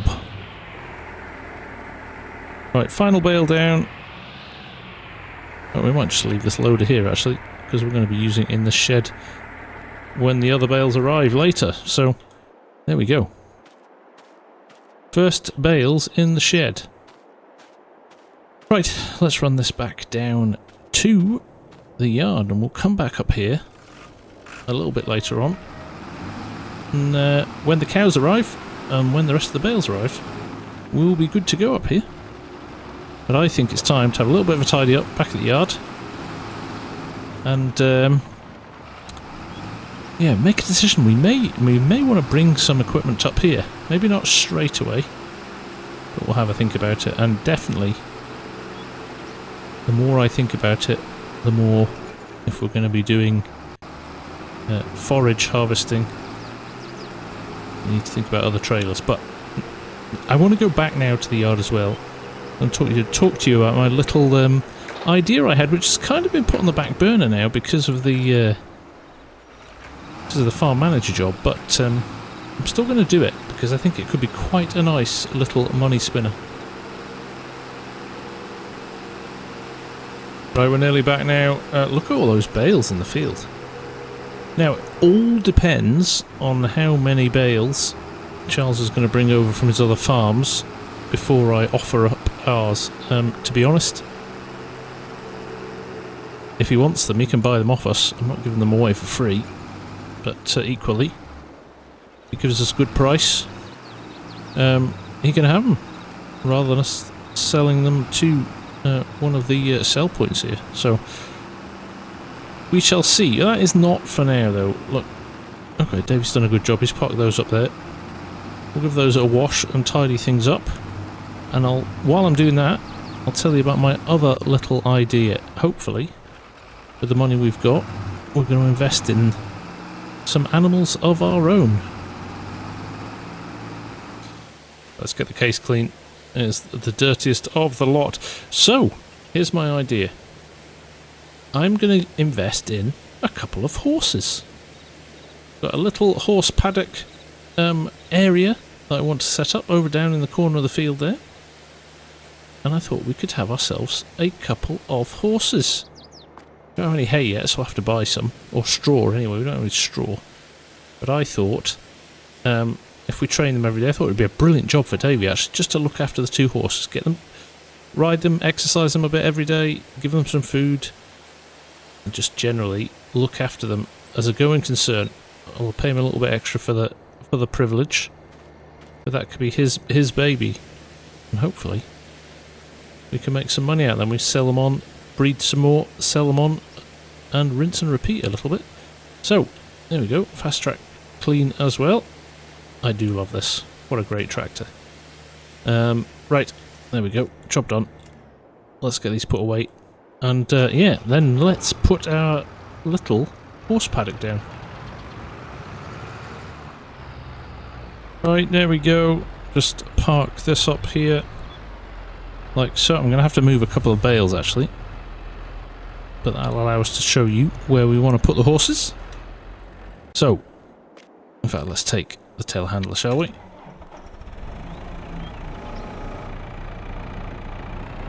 So, just tucked in this corner here, I thought, nicely out of the way, we could put our little paddock. So, let's grab these bales and move them somewhere else.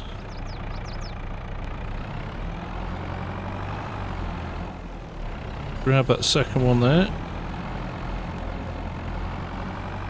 I've nowhere to put these right now, but I think I'm sure if we just pop them by the door here, they'll be alright until we load them up onto the trailer.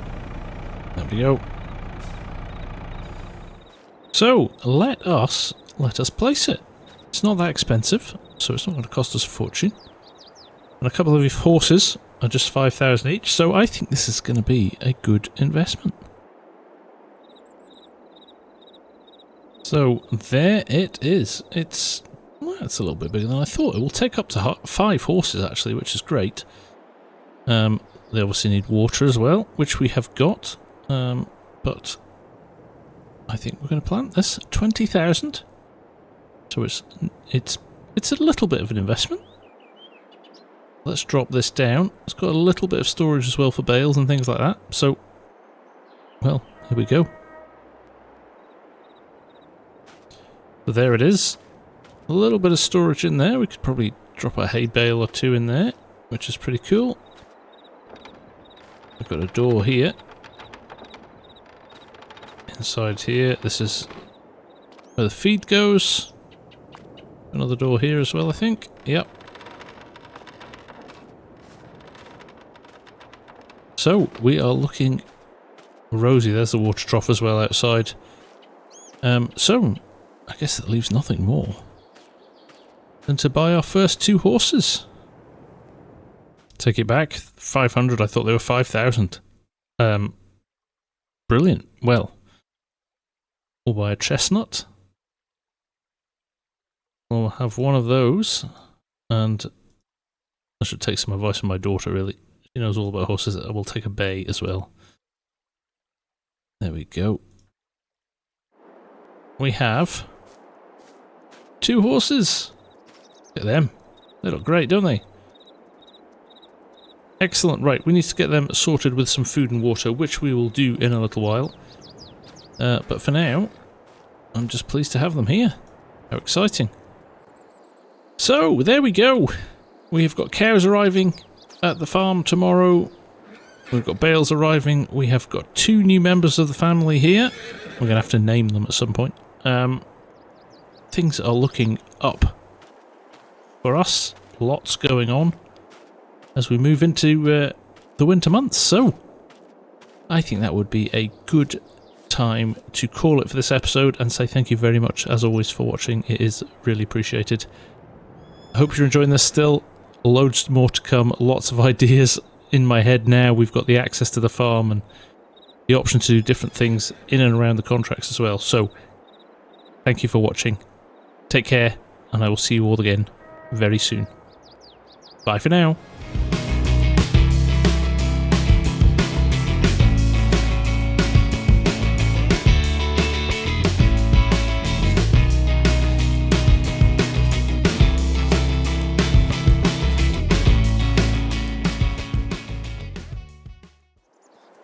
Hello everyone, it's TheFarmSimGuy here, hope you're all doing well. Welcome back to Court Farms. We are just enjoying the view of our 2 new horses here, just before we crack on with the next few little jobs we've got to do. They are looking great, and hopefully are going to be quite a nice little money spinner. Our bales are still fermenting in the field, so no need to worry about them just now, but we did pick up another contract while you were away. We have got yet more baling to do. Just up the road here in field 70 for Clifford Powell, so we're going to get organised and get that mowed ASAP. But then we're going to head back to the farm. Some more equipment has arrived at home farm, so we want to show you that, but also we need to dive in there and get some silaging done up there as well. We need to prep and get ready for the winter really, and making sure we've got enough food for the cows there. So what we're going to do, first things first, we're going to grab the mower, run that up to field 70. Get that mowed and get that sorted. I think we'll try the fast track. We've not tried the fast track with the mower yet, so let's do that. It should be tucked up in here somewhere. Probably unable to get it out actually. Now, just while we hook the mower up here, we're giving Davey the job of looking after the horses. He is going to be our horseman. He is going to make sure that they are fed, watered, exercised, all of those things every day. I think it's a nice little job for him. He seems very excited about the prospect of having something that he fully owns, so I thought that was a nice little job for him to do. And also we're going to get him up. He's going to probably be our herdsman up at the farm as well, so kind of thinking the less time he needs to spend on equipment, the chances of him breaking stuff might be a little bit lower, but maybe I'm doing him a disservice there. Now, something a few of you have said as well, which I fully acknowledge, and it's sitting there in the shed, is upgrading our little tedder. Now we're getting to bigger fields and wanted to get through stuff a lot quicker. So the pottinger I think will go this episode, and I have got a new tedder earmarked, and we'll need that pretty quickly actually, because it's hay bales we're doing in field 70 here. So what we're going to do is we're going to run up here, get this mowed, and then we're going to go with the mower to the farm, and I'm going to show you what my plan is for up there. We did talk about it a little bit in the last episode, but now we're going to have to really put things into action. So let's get this in the field, let's get this mowed as quickly as possible, and then we'll head up to the farm. And I'm sure you're all keen to see what's going to happen up there, so what we'll do, we'll quickly time-lapse this, and then we'll head up and get the business sorted at the farm.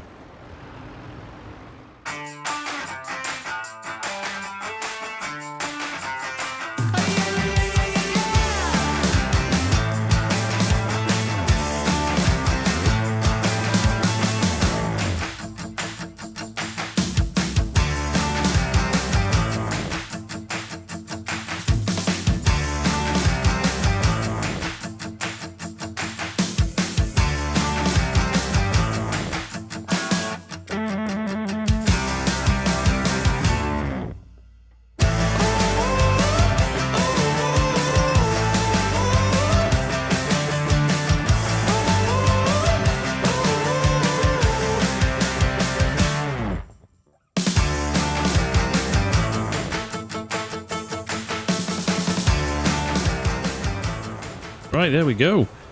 All done and dusted. That was a bit of a shocker, if I'm being honest. Look at the amount of grass that's been missed. You know the problem here? The turning circle on this JCB is poor. I am surprised, actually. So, we're just going to run this by hand. But it does make me consider using this up at the farm. I may flip over to the case, and we'll maybe use the fast track to go and get the new tedder. Or we could use the Reno, actually. I was a little bit disappointed in this, I have to say. That's the first time I've been disappointed by this fast track so far. It's been really, really good. So what we might do is put the mowers onto the case. I know it's a good, powerful tractor, that, and we know that does a good job, and the turning circle's great on it. So what we'll do is probably retire the JCB from mowing from now on, and we'll find something else for it to do. I mean, there's plenty of jobs to keep it going. In fact, what we'll probably do is put this on the trailer. With its high speed, it can tow these bales to the sell point when we finish this contract. But next up here is going to be the tedder, and that's likely to be our new tedder, because like I said, and like you guys have said in the comments after the last episode, it's probably time to upgrade it, which I wholeheartedly agree with. So we'll tidy up the mess here, and we'll head back. We'll flip this onto the case, and we'll get organised. So we'll probably see you up at the farm with the mower, and I'll talk you through our plans for what we're going to do there. Look at the size of these clumps that it missed. Honestly, it was awful. You saw it while we were running the time lapse, but yeah, pretty disappointing. Right, see you shortly. Well, hello. Here we are. Now, here it's a strange entrance in because we don't actually even go to the farm. We jump straight into the field here. But this is our first field. Now, here's the plan. Let me just close that up. We have got, in fact, let's jump to the map and talk about it there. So we have got this field here, we've got this field here, and we've got this field here, 57, with the linseed in it. So, what we're going to do, we're going to mow the grass on both of these fields, get it into the silage bunker quickly as possible, but then what we're going to do, the bigger field here, we're going to plant corn in here, probably not this episode, but soon. We're going to get corn in there because we're going to do more maize silage. Again, we're just trying to stock up on supplies for the animals.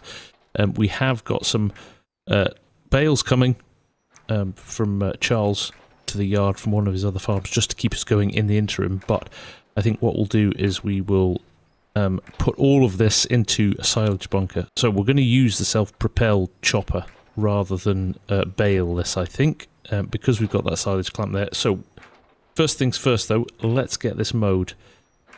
Shouldn't take too long, these two fields. And in the interim, we'll set the mower off here. Willie's going to drive that for us. We're going to go back to the yard, grab the Renault, and we're going to go and TED field 70. But not before we've headed up to the shop and we bought our bigger tedder. So let's get the mower going here. Hopefully by the time he's done these two fields, we'll have bought the tedder, been back, tedded field 70, and we can start getting things windrowed. So we'll see you shortly.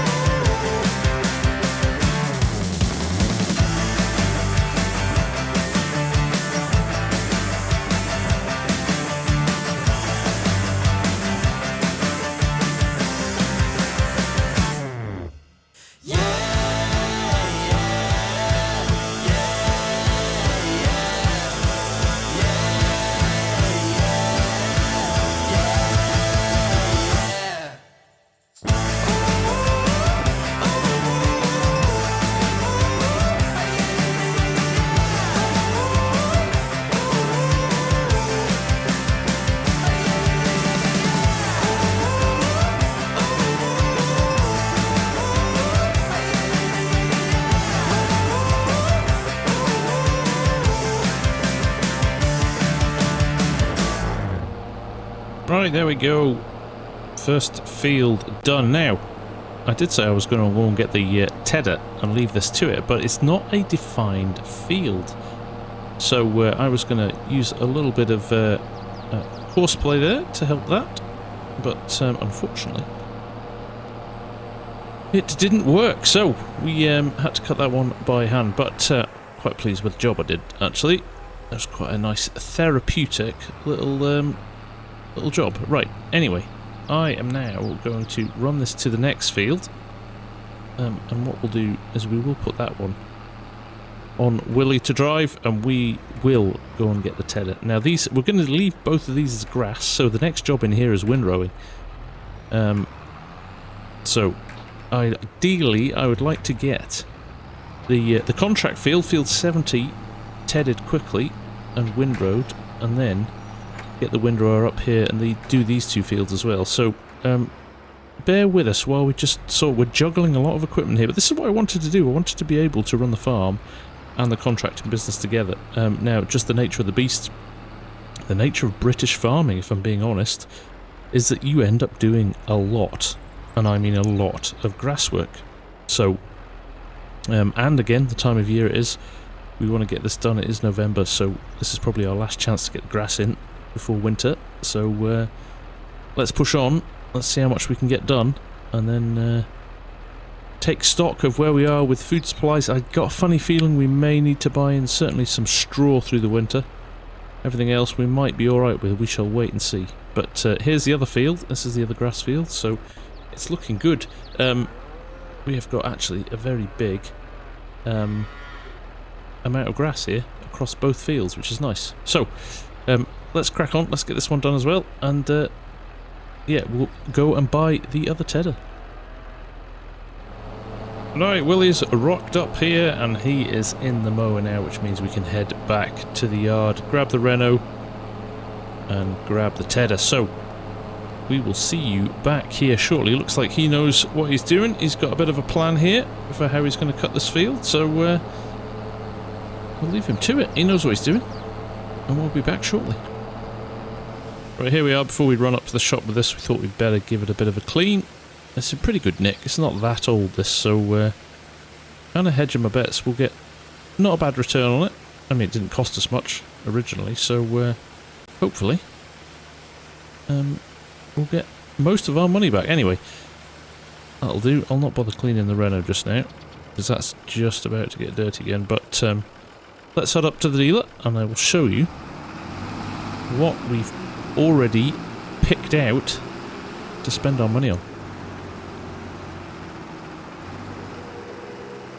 Right, here we go, nearly at the dealership. Look at the colour of the trees though, it's really starting to get cold now.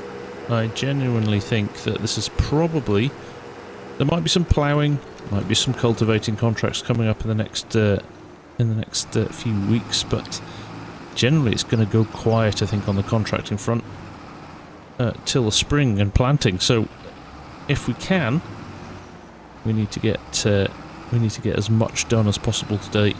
And then it really will be a focus on home farm for the next little while, whilst we make sure that the animals are fed and watered. So, here we go. Let's pop in and I'll show you what we're going to buy. There you go, there's our little Pottinger Tedder 4,296 we'll get for selling that, so we'll do that. Now, let's go back into here and into Tedders, and there it is, the Class Volto 870.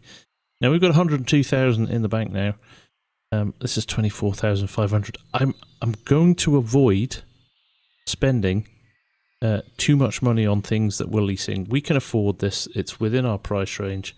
I reckon we do it, and we are actually going from 4.7 metres to 11.2 metres. So this is going to be a huge update for us. Very excited by this, and it looks really good as well. I'm really taken with the class equipment. So let's just buy that outright now. There we go. And that should be, they'll bring that round to the front of the shop and we'll be able to hitch up and head off with it. So let's check it out.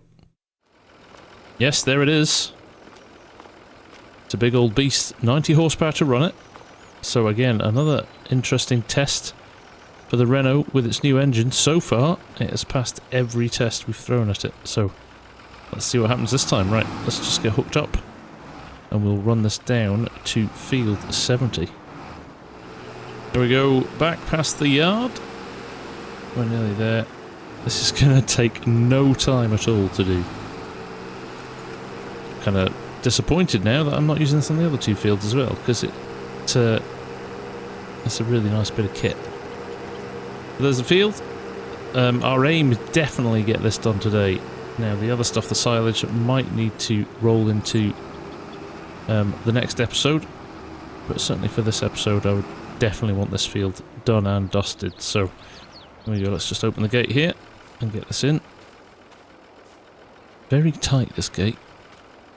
This whole map's tight though. One of the things I love about it.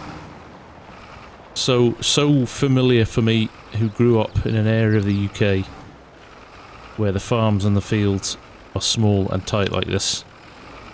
So yes, very reminiscent of home, but there we go, through the gate. Let's get ourselves lined up and get this sorted. Like I said, straight away after this we need to get this windrowed. It seems silly to drive the windrower all the way up to home farm, to drive it back to do this field, to drive it all the way back, so I'm basically going to get this tedded and windrowed before we run it up to home farm, and then we may as well leave it up there because we might even get another cut out of the fields up there before winter really closes in, whereas I think from a contracting perspective this might be the end of things for a little while. Look at the width of that. That is a huge increase in size. I'm going to enjoy this one. Right, let's get stuck into it.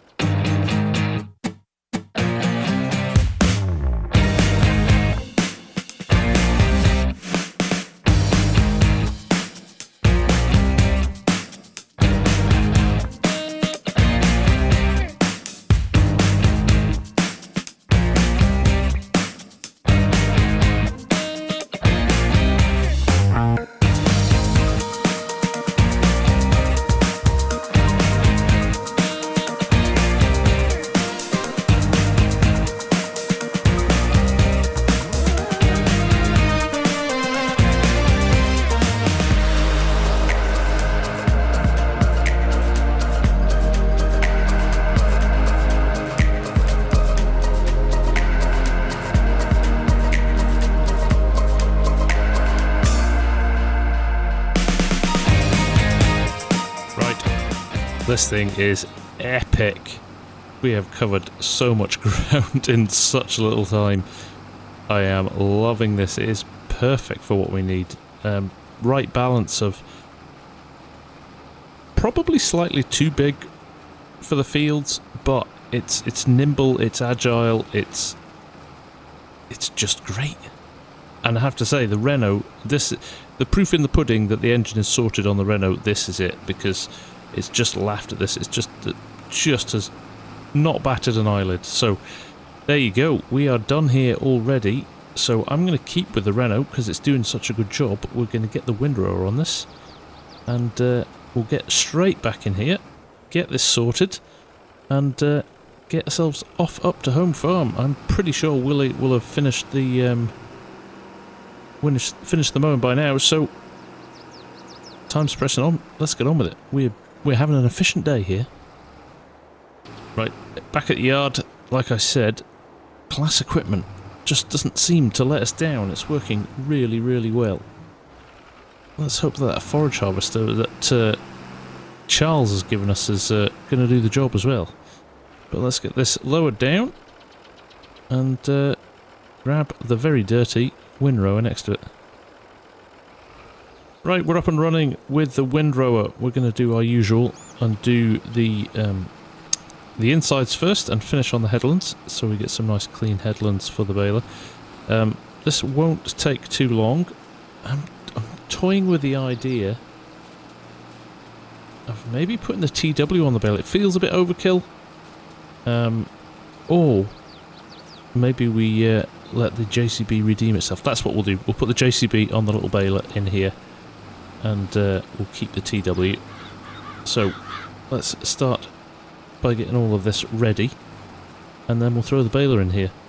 I'm itching to get back up to home farm. There's more equipment up there I've not even seen yet, so let's get on with this. This is going to be a nice little earner though, nearly £10,000 for this one, so feels like an easy contract in a relatively small field, but still takes time. These baling contracts, they take time. So we'll go and get the baler, and hopefully by the time we get back here, this guy will be ready to head up to home farm. Right, let's go. Shame we don't have a Neo fast track. I've got a much tighter turning circle on them. But we've got what we've got, and it's not a bad bit of kit. I don't know why I'm complaining. It is a very decent tractor. So we'll just move this cone out of the way, we'll get this hooked up, and we'll head back to field 70. We've still got to load up the trailer and take the telehandler down there and get them loaded onto the trailer. So there's still a fair bit to do, but we'll get it done in no time. I'm pretty confident about that. Now, if a few of you did comment that I didn't need to buy the second baler, and the silage baler with the wrapper on it will work for this. I Obviously I knew that, but I'm trying to branch out the business, and the thought, with the amount of baling contracts on this map, my thought process was I can't lose having 2 balers. I could be running 2 contracts at once. We've got enough tractors to be able to do that. So that was my broad thinking behind it. I could run a wrapping contract whilst doing a hay or a certainly in the summer as well when we're baling straw. Just gives me more options. So that was the thinking behind it. Renault's doing a good job in there. There's some nice big rows in there. I don't know how many bales we're going to get out of this. Hopefully, it would be ideal if it's just one load, but we'll see. And we're going back up to tall trees, so we're getting a lot of contracts finishing at tall trees at the moment, which is great because I know exactly where it is and it's an easy run from these fields. So, yeah, we'll just wait for the Renault to get a little bit further through the field, and then we'll throw this baler in there. Now, while we were waiting for the windrower just to finish down there in field 70, we've come back up here and we've actually marked these 2 grassland areas out now as custom fields, as you can see, Home Farm 1 and Home Farm 2. That just makes it a little bit easier for us when we're running multiple pieces of equipment. Certainly when Willie's helping us, or Billy, or even Davey running trailers while we've got the mower running or the forage harvester running, it means we've got more control over it. So that'll come along and be beneficial for us later on. So Willie had finished here, and I've decided that I think the likelihood of us using the mower up at Home Farm is probably higher than it is worth us running it back down to the contracting yard. So I'm going to pop this in one of the sheds up here for now. Obviously, we need to move it off somewhere else, we can, but for now I feel like the likelihood of us maybe getting one final cut of silage out of this field is higher than probably us having to do another contract. We shall see though. But let's run it into here and let's find a bit of space in one of these sheds, and I think what we'll probably do, thinking aloud now, no, in fact I'm going to leave it, I'm going to leave the case here as well. We're going to bring the Renault up, and he's going to get everything windrowed, and then really it's time to get the forage harvester out, and we'll use the case, I think, on the trailer. So, anyway, let's drop this off, and we'll pop back and see how it's going with the baler. Right, here we go, on to the headlands now, I think, which is great, which means we can get the baler in. Again, I'm going to maybe get Davey to stay on the windrower. Maybe we'll do the baling. I want to give this JCB a bit of a run again. Just check this turning circle and see if it's going to mess us up here. Hopefully it shouldn't, but we'll soon find out. Right, things are going really, really well, I have to say. I've got a big smile on my face. It's nice to be running things on a load of different fronts, so long may it continue. Right, change of plan. I want Davey to crack on and do this, and we'll worry about what's happening at Home Farm. So let's just see what I want to do. Just make sure that he can make this turn with the JCB. Good work, mate. Davey's sharp. He knows how to drive a tractor, I tell you that. If he wasn't so unlucky, he'd be super useful. Right. This is perfect. Right, let's get the Renault out of here and let's get up to the other farm. Right, here we are. That didn't take too long. I think we just jump in and get these started straight away. Obviously we're going to have to go back and load those bales up at some point, but for now we are in windrow mode. So let's get these 2 fields done ASAP.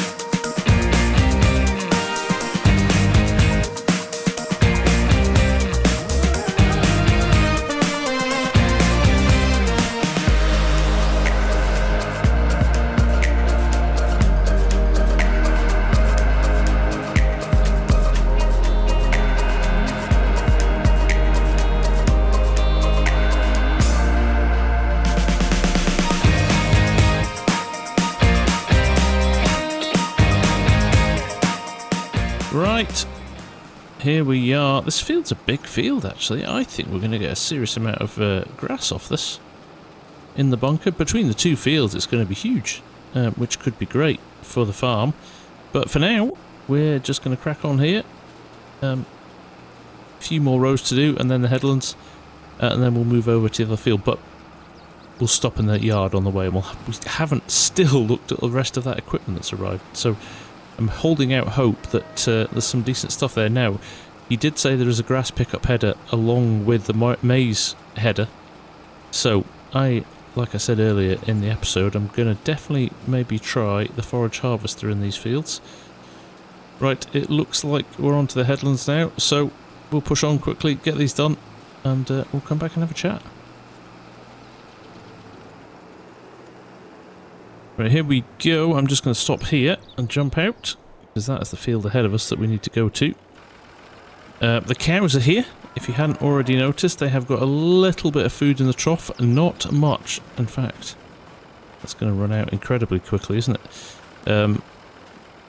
But over here, what have we got that's new? There's the feeder box and the forage harvest that we saw last time. But we do have the pickup header here. That's handy. That is a very handy tool to have. And looks like a blade for the silage clamp as well. And it looks like that's not a 3-point hitch. That looks like a wheel loader attachment. So I'm guessing that goes on the case. We have also got this very nice Richard Weston silage trailer. That is a beauty. That will haul some silage. Obviously we have our own one as well, so we could rotate two if we think it's necessary. I do think it's necessary, if I'm being honest. With the forage harvest, you want to keep it running as long as possible, so certainly 2 trailers minimum. But that's grand, and they've delivered, look, some more silage bales as well. So how many's there? 8, 24 there, and we've also got some straw and hay in here, so we do have enough to feed the animals in the short term. So that is fantastic. I think that's it for machinery. I don't think there's much else, so nothing wildly exotic. Not that I expected that, but nice to see those little things there. Now, we probably do need to feed the cows at some point. Let's just check the menu and see how well fed they are. So there we go. They've been given, looks like just over 20,000 litres of TMR to keep them going. Not bad so far. I think we'll just leave them to it for now. We can worry about that later on. You'll notice as well here our horses' names, Rocky and Trigger. I did not choose those. They were the ones they gave them already, and to be honest, they're quite cool. So I'm happy to leave them as they are. Rocky and Trigger. It sounds like an episode. We used to have a show in the UK called Only Fools and Horses. Sounds like a couple of characters from that. Right. Second field getting windrowed. Let's get on with it. Right, we're on field 2 now. I'm going to leave Davey here pushing on with this. He should get this finished in no time at all. I'm going to go and load the bales in field 70 and get that contract put to bed. He said before he headed up here he'd run the TW and the trailer down to the field, so I guess best thing to do, head to the yard, grab the telehandler and head over to the field. So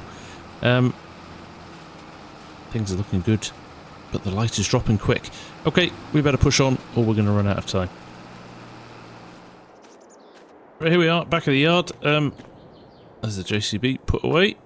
So let's jump into this JCB. As we're doing hay as well, we're going to use the spike. And also time is against us, so speed is going to be the order of the day here. So let's head to the field. There we go, just pop the gate open here. Make things easier by lifting the arm over the gate rather than trying to squeeze it through. Okay. Now I've counted, I think there's 18 bales in here. Trailer should usually take 16. So we might need to get a bit creative with the last 2 bales, but let's give it a go and see what happens. Right. You know the deal here by now with this beast, so let's give it a go.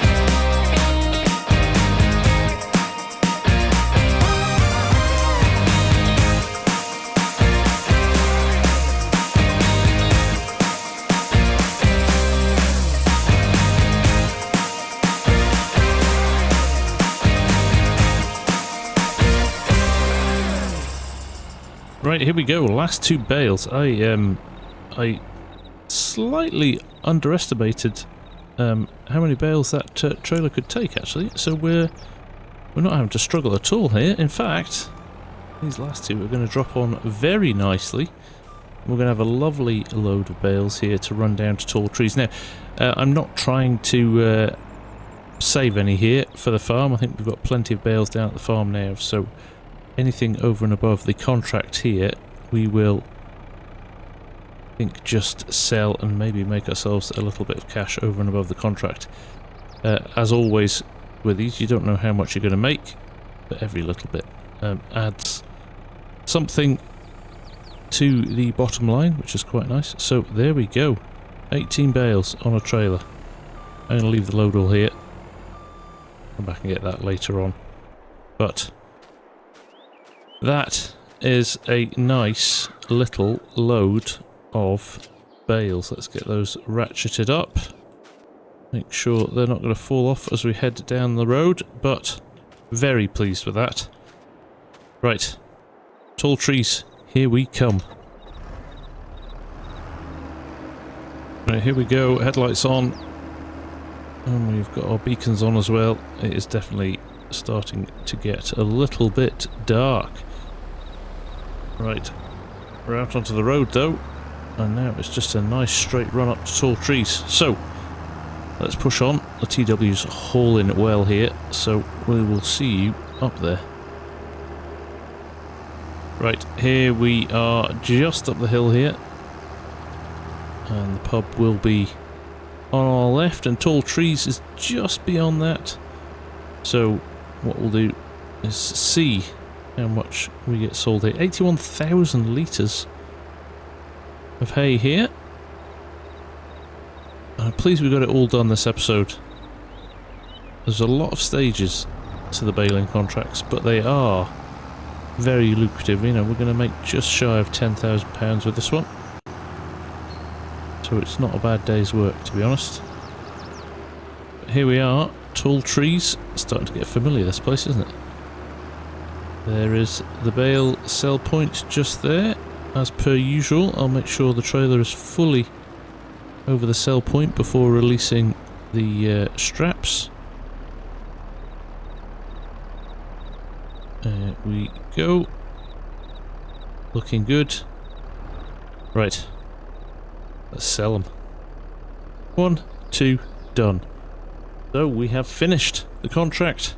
And we've also made £1,686 in extra bale sales. Right.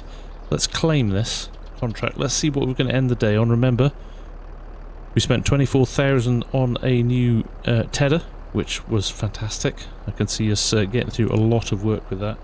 So although we'll finish the day down, I think we've made good progress in terms of ownership of new equipment and a nice turnaround from that baling contract.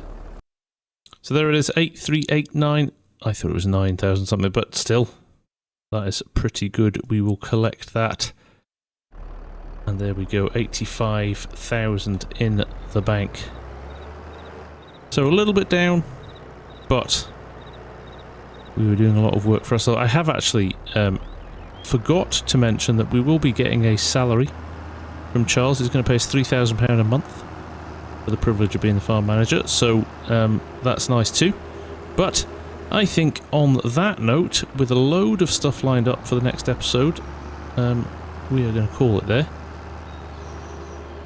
And hopefully we'll be back tomorrow. Hopefully the weather's going to hold and we can get that grass off the fields and we can get a nice batch of silage into the clamp ready for the winter with the cows. But for now, from me here on Court Farms, thank you all very much for your support on this series. It's great to hear so many of you enjoying it. Thanks for the tips and the advice and the observations. They all help.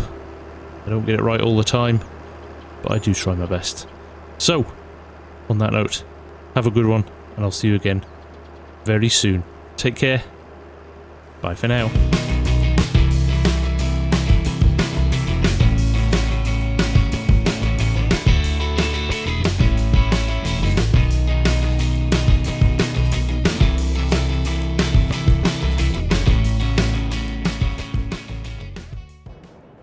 Hello everyone, it's TheFarmSimGuy here. Hope you're all doing well. Welcome back to Court Farms. You have caught us down at the yard here. We are just grabbing the second silage trailer, which is in the shed there. And we're going to run this up to home farm. We're going to put the silage sides on it.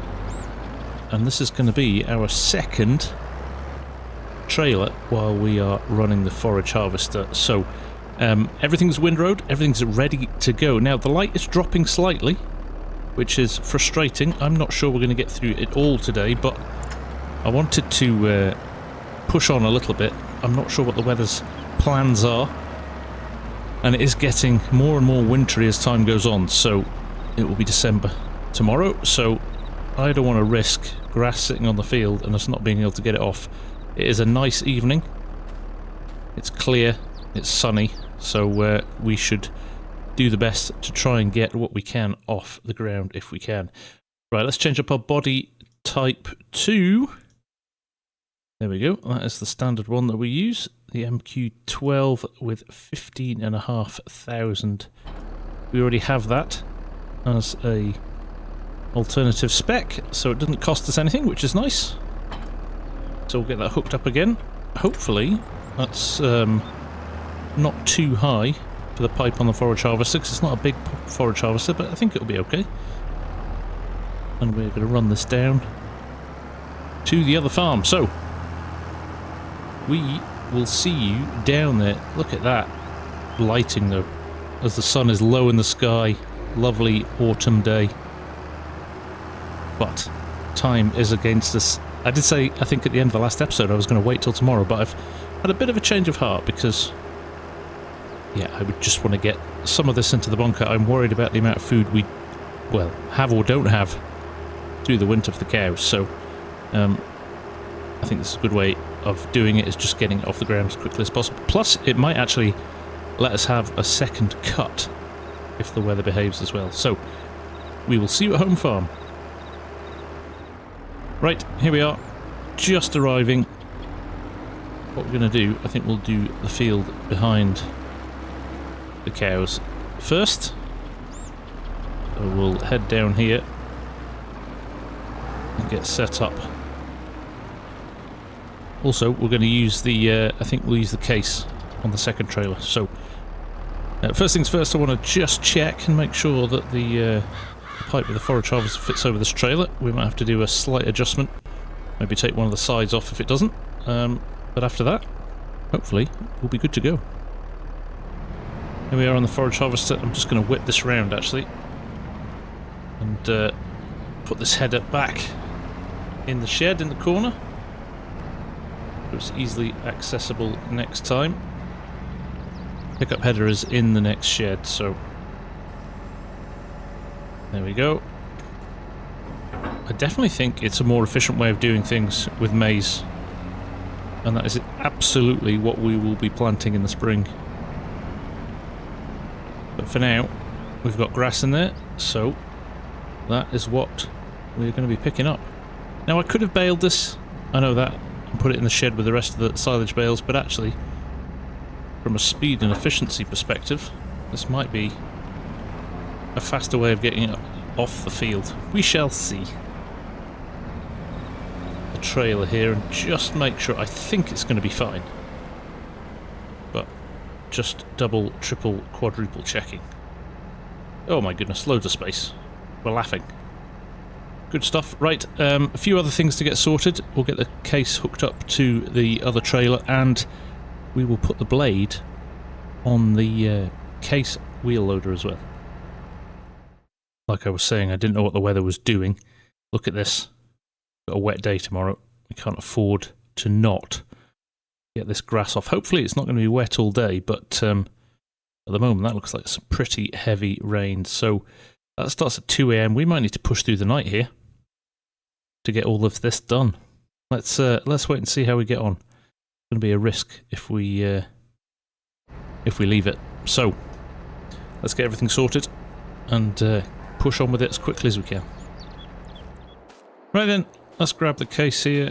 Let's get it all hooked up to the second trailer. The second trailer is a fair bit bigger than the first one.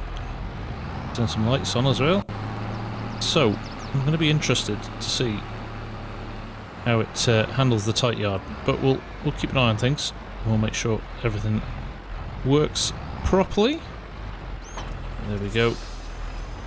Loving it. Right, I think we are just about ready. I haven't put the blade on the case wheel loader yet, but we can do that in a little while. Now, I do think I want to feed the cows before we go home tonight as well. So, I shall bear that in mind. I don't want them to get hungry during the night. But we are queued up. We are ready to go. Davey's in the TW. Willie is driving the chopper. We could be in for a late night. So, let's crack on.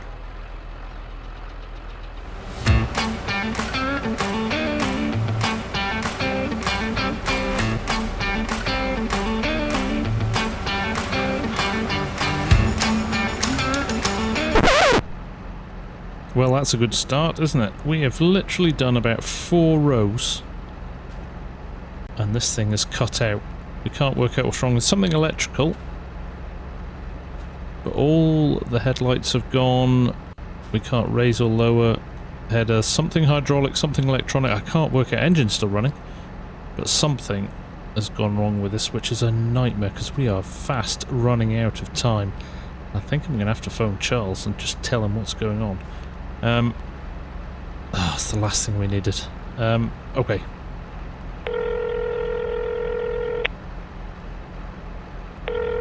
Hello, FSG. How's it going? Not actually great, Charles. The forage harvester that you brought up to home farm has broken down already. Oh, really? Yeah, that one's prone to breaking down quite a bit. I have a solution though. Oh, please help me out here. It's going to rain tomorrow. If we don't get this grass off, we're going to be in deep trouble. Worry not, dear boy. I have a brand new one at the other farm. We tend to use it on the bigger fields, but I'll get it shipped down right away, and you can use it for these fields tonight. That should get you through the worst of the problem. Well, that is a relief. Yeah, I don't know what the problem is yet. We'll get it down to the dealership and work out, but definitely something not quite right about it. Never mind, FSG. These things happen. That should be with you within the next half an hour or so. Well, there we go. Okay, problem solved. I'll run this back to the farm then, and we'll swap the header over when it arrives. Talk about bad luck, but equally, talk about good luck. That isn't the only forage harvester that he has.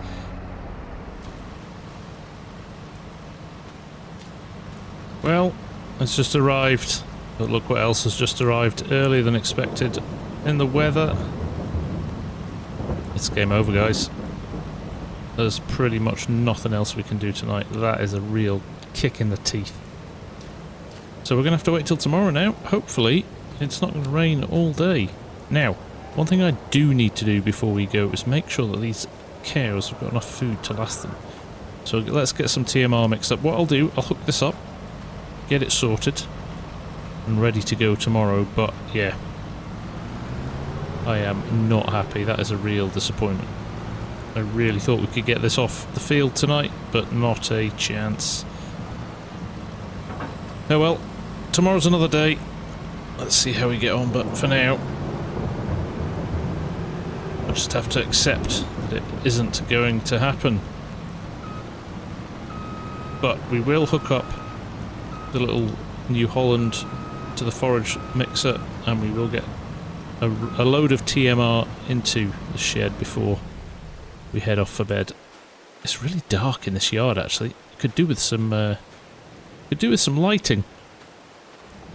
Right, I found a light switch there, so I've got a little bit of help inside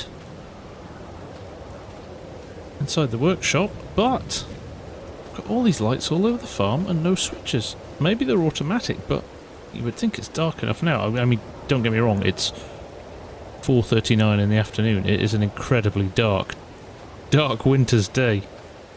More like Scotland than down south, but we are where we are with this. I can't see any switches for the life of me. I'm sure some of you budding viewers will tell me. In fact, I say that and I've just spotted them over there.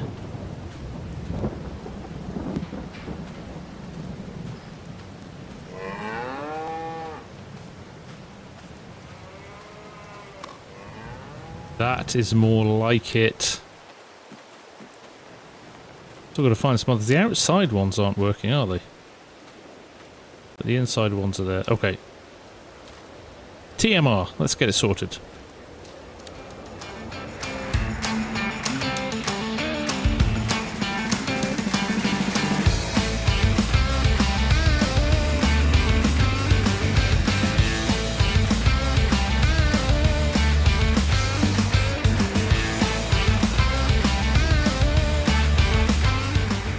Right, there we go. 2 silage bales in. 1 hay bale. Let's put a bit of straw in as a bulking agent now. See if the numbers still balance. And then, hopefully, there'll be enough there to tide them by till the morning. I don't actually know. We've got 40 cows.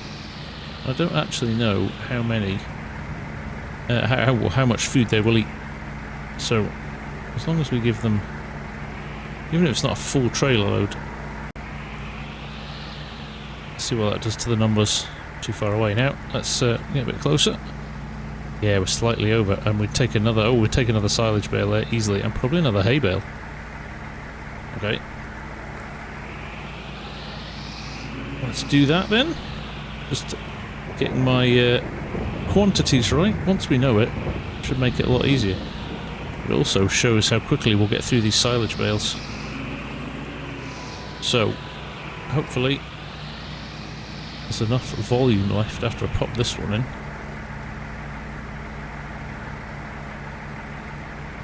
To balance things out. The hay is going to... Oh no! I think we've actually nailed it.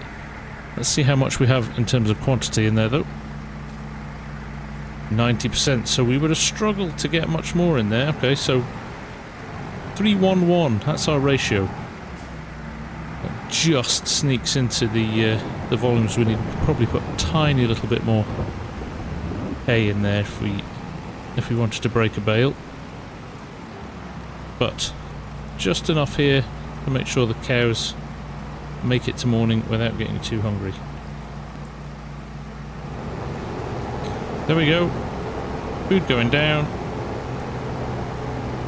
Filling up. And we are done. It's a nice fast unload this. And that is us done. Right. There really is nothing more than to see you in the morning now. Let's hope this rain doesn't stay for too long. Morning everyone. Here we are, it's 8 in the morning. We're back at the farm. We're going to start as soon as we get a little bit more light. But look what I found on my way out last night. We do have a light switch. It was just on the outside of the shed there. So there we go, we have a floodlit yard now, which is nice. This part of the yard doesn't have lights on it, but this bit does. So that makes things a bit better already. But we're going to go and grab a quick bite to eat. Give this cloud cover just a few moments to let the sun shine through, and we'll get back to that silaging. It's going to be a definite race against the snow now, isn't it? So, back shortly. Right, here we are. I'm just going to turn off that light as well. We'll leave the cows one on. That looks pretty good. Right. Trailers are still in the field. Or maybe just move the case so it's not in the way. And hopefully all of our woes are behind us now, and we can just get this grass off the field. Is it too much to ask? I don't think so. So let's see how we get on, shall we? So here is the new chopper, a 930 Jaguar. New model. Hopefully a little less temperamental than the old one. It's in the shed there still, but it's going to be collected by the dealership shortly. And they're going to take it down and work out what has gone wrong with it. But to be honest, if this one works, I'm going to suggest to Charles that we keep this one at this farm, because we're going to be doing a lot of grass work soon, hopefully. But there's where the truck stopped in the field last time, so let's get on with it and see what happens, shall we? Right, Willie's back for more. He's already in his cab, in the chopper, and I am just going to spin around here, get us lined up. I'm not sure what speed we're moving at, about 9 miles an hour it looks like. Okay, this looks promising already.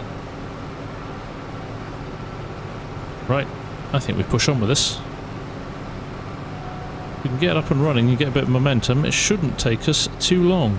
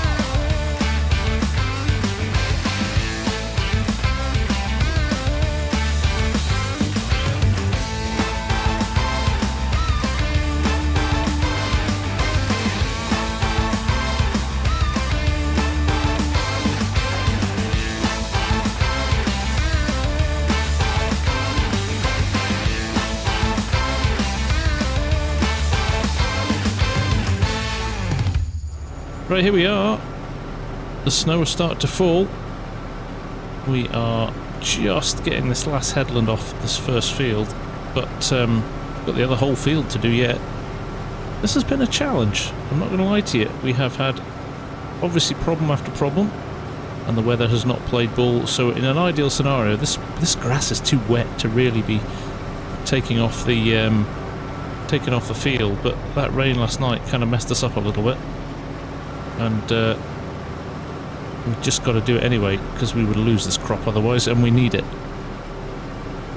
You saw how many bales went into that feeder box last night.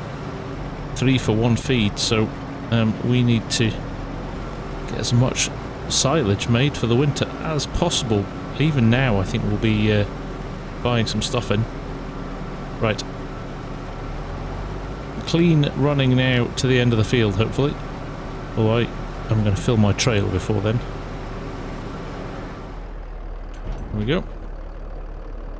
We haven't got the wheel loader in here at all yet, so plenty more time. While it's snowing, to compact this down and get it covered. There we go, trailer load done. Now, I'm not going to take this back to that field, because the case will pick up that, so we'll head straight to field number 2. Right, first trailer's here and waiting. We're going to go and get the forage harvester now.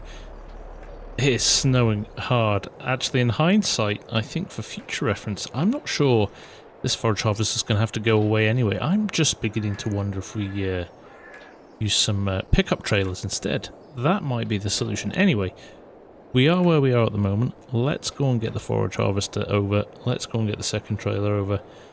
Let's push on before this starts to lie, because we've got big problems if we get to that point. Right, I've jumped into the case for a minute just to get organised here. But let's try and do this as quickly as we can. As you can see, that snow is not abating in any way, shape or form at the moment, so we need to just get on with things as quickly as possible.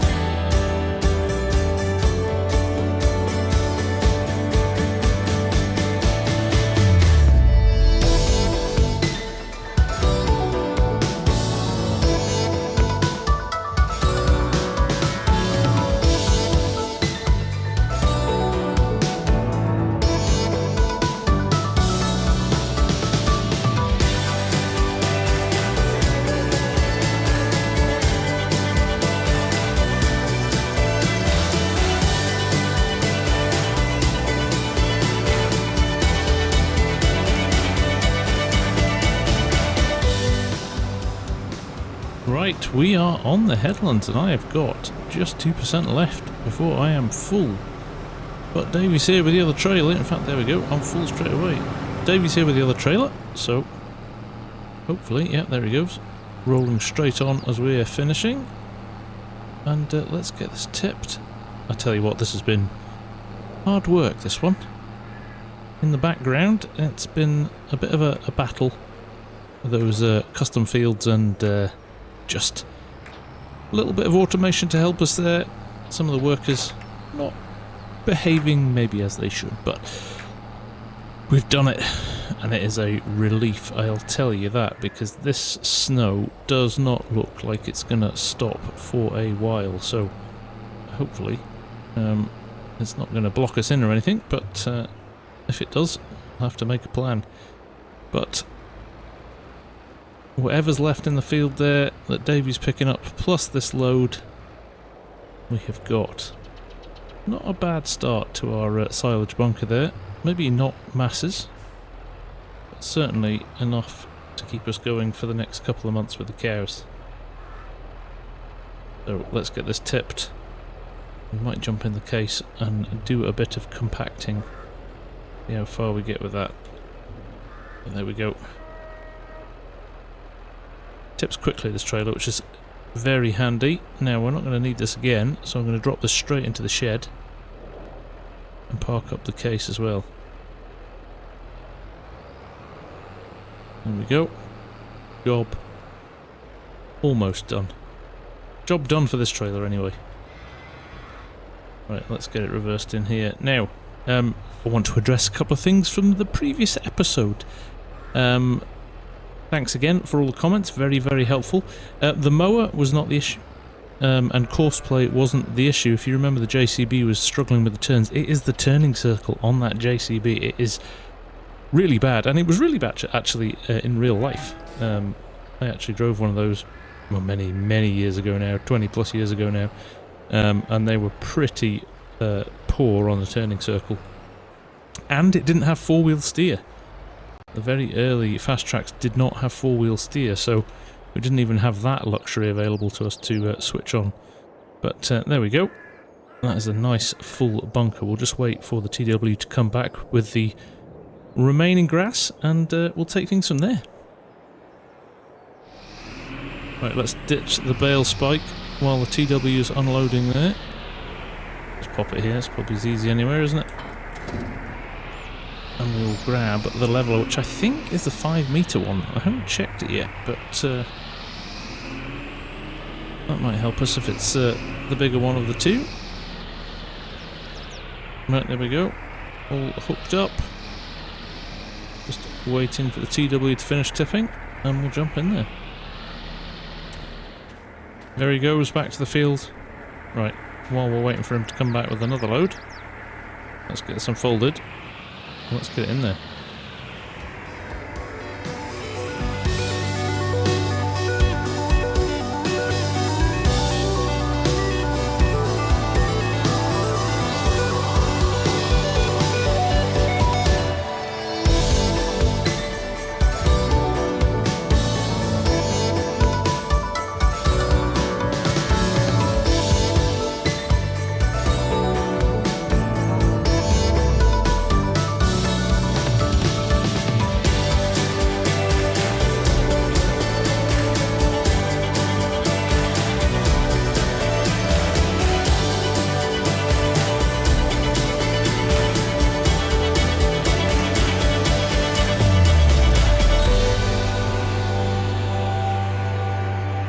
Right, that bunker's starting to look a little bit more smoothed out. I'm going to do the classic now and check what we've... In fact, perfect timing. Just as Davey arrives back with another load, let's just check and see how compacted this is. 26%, okay, we're a quarter of the way there. It's starting to get levelled out nicely though, and we've filled in the gaps at the back here. There was a few drops down the back here where the trailers had tipped, but things looking good. But there you go, we've actually made it a lot easier for Davey to reverse in too. On that note, I think we'll say thank you very much for watching. in these challenging conditions, we're still getting it done. So, for now, from me, the Farm Sim Guy, thank you so much for watching, and I'll see you again very soon. Bye for now.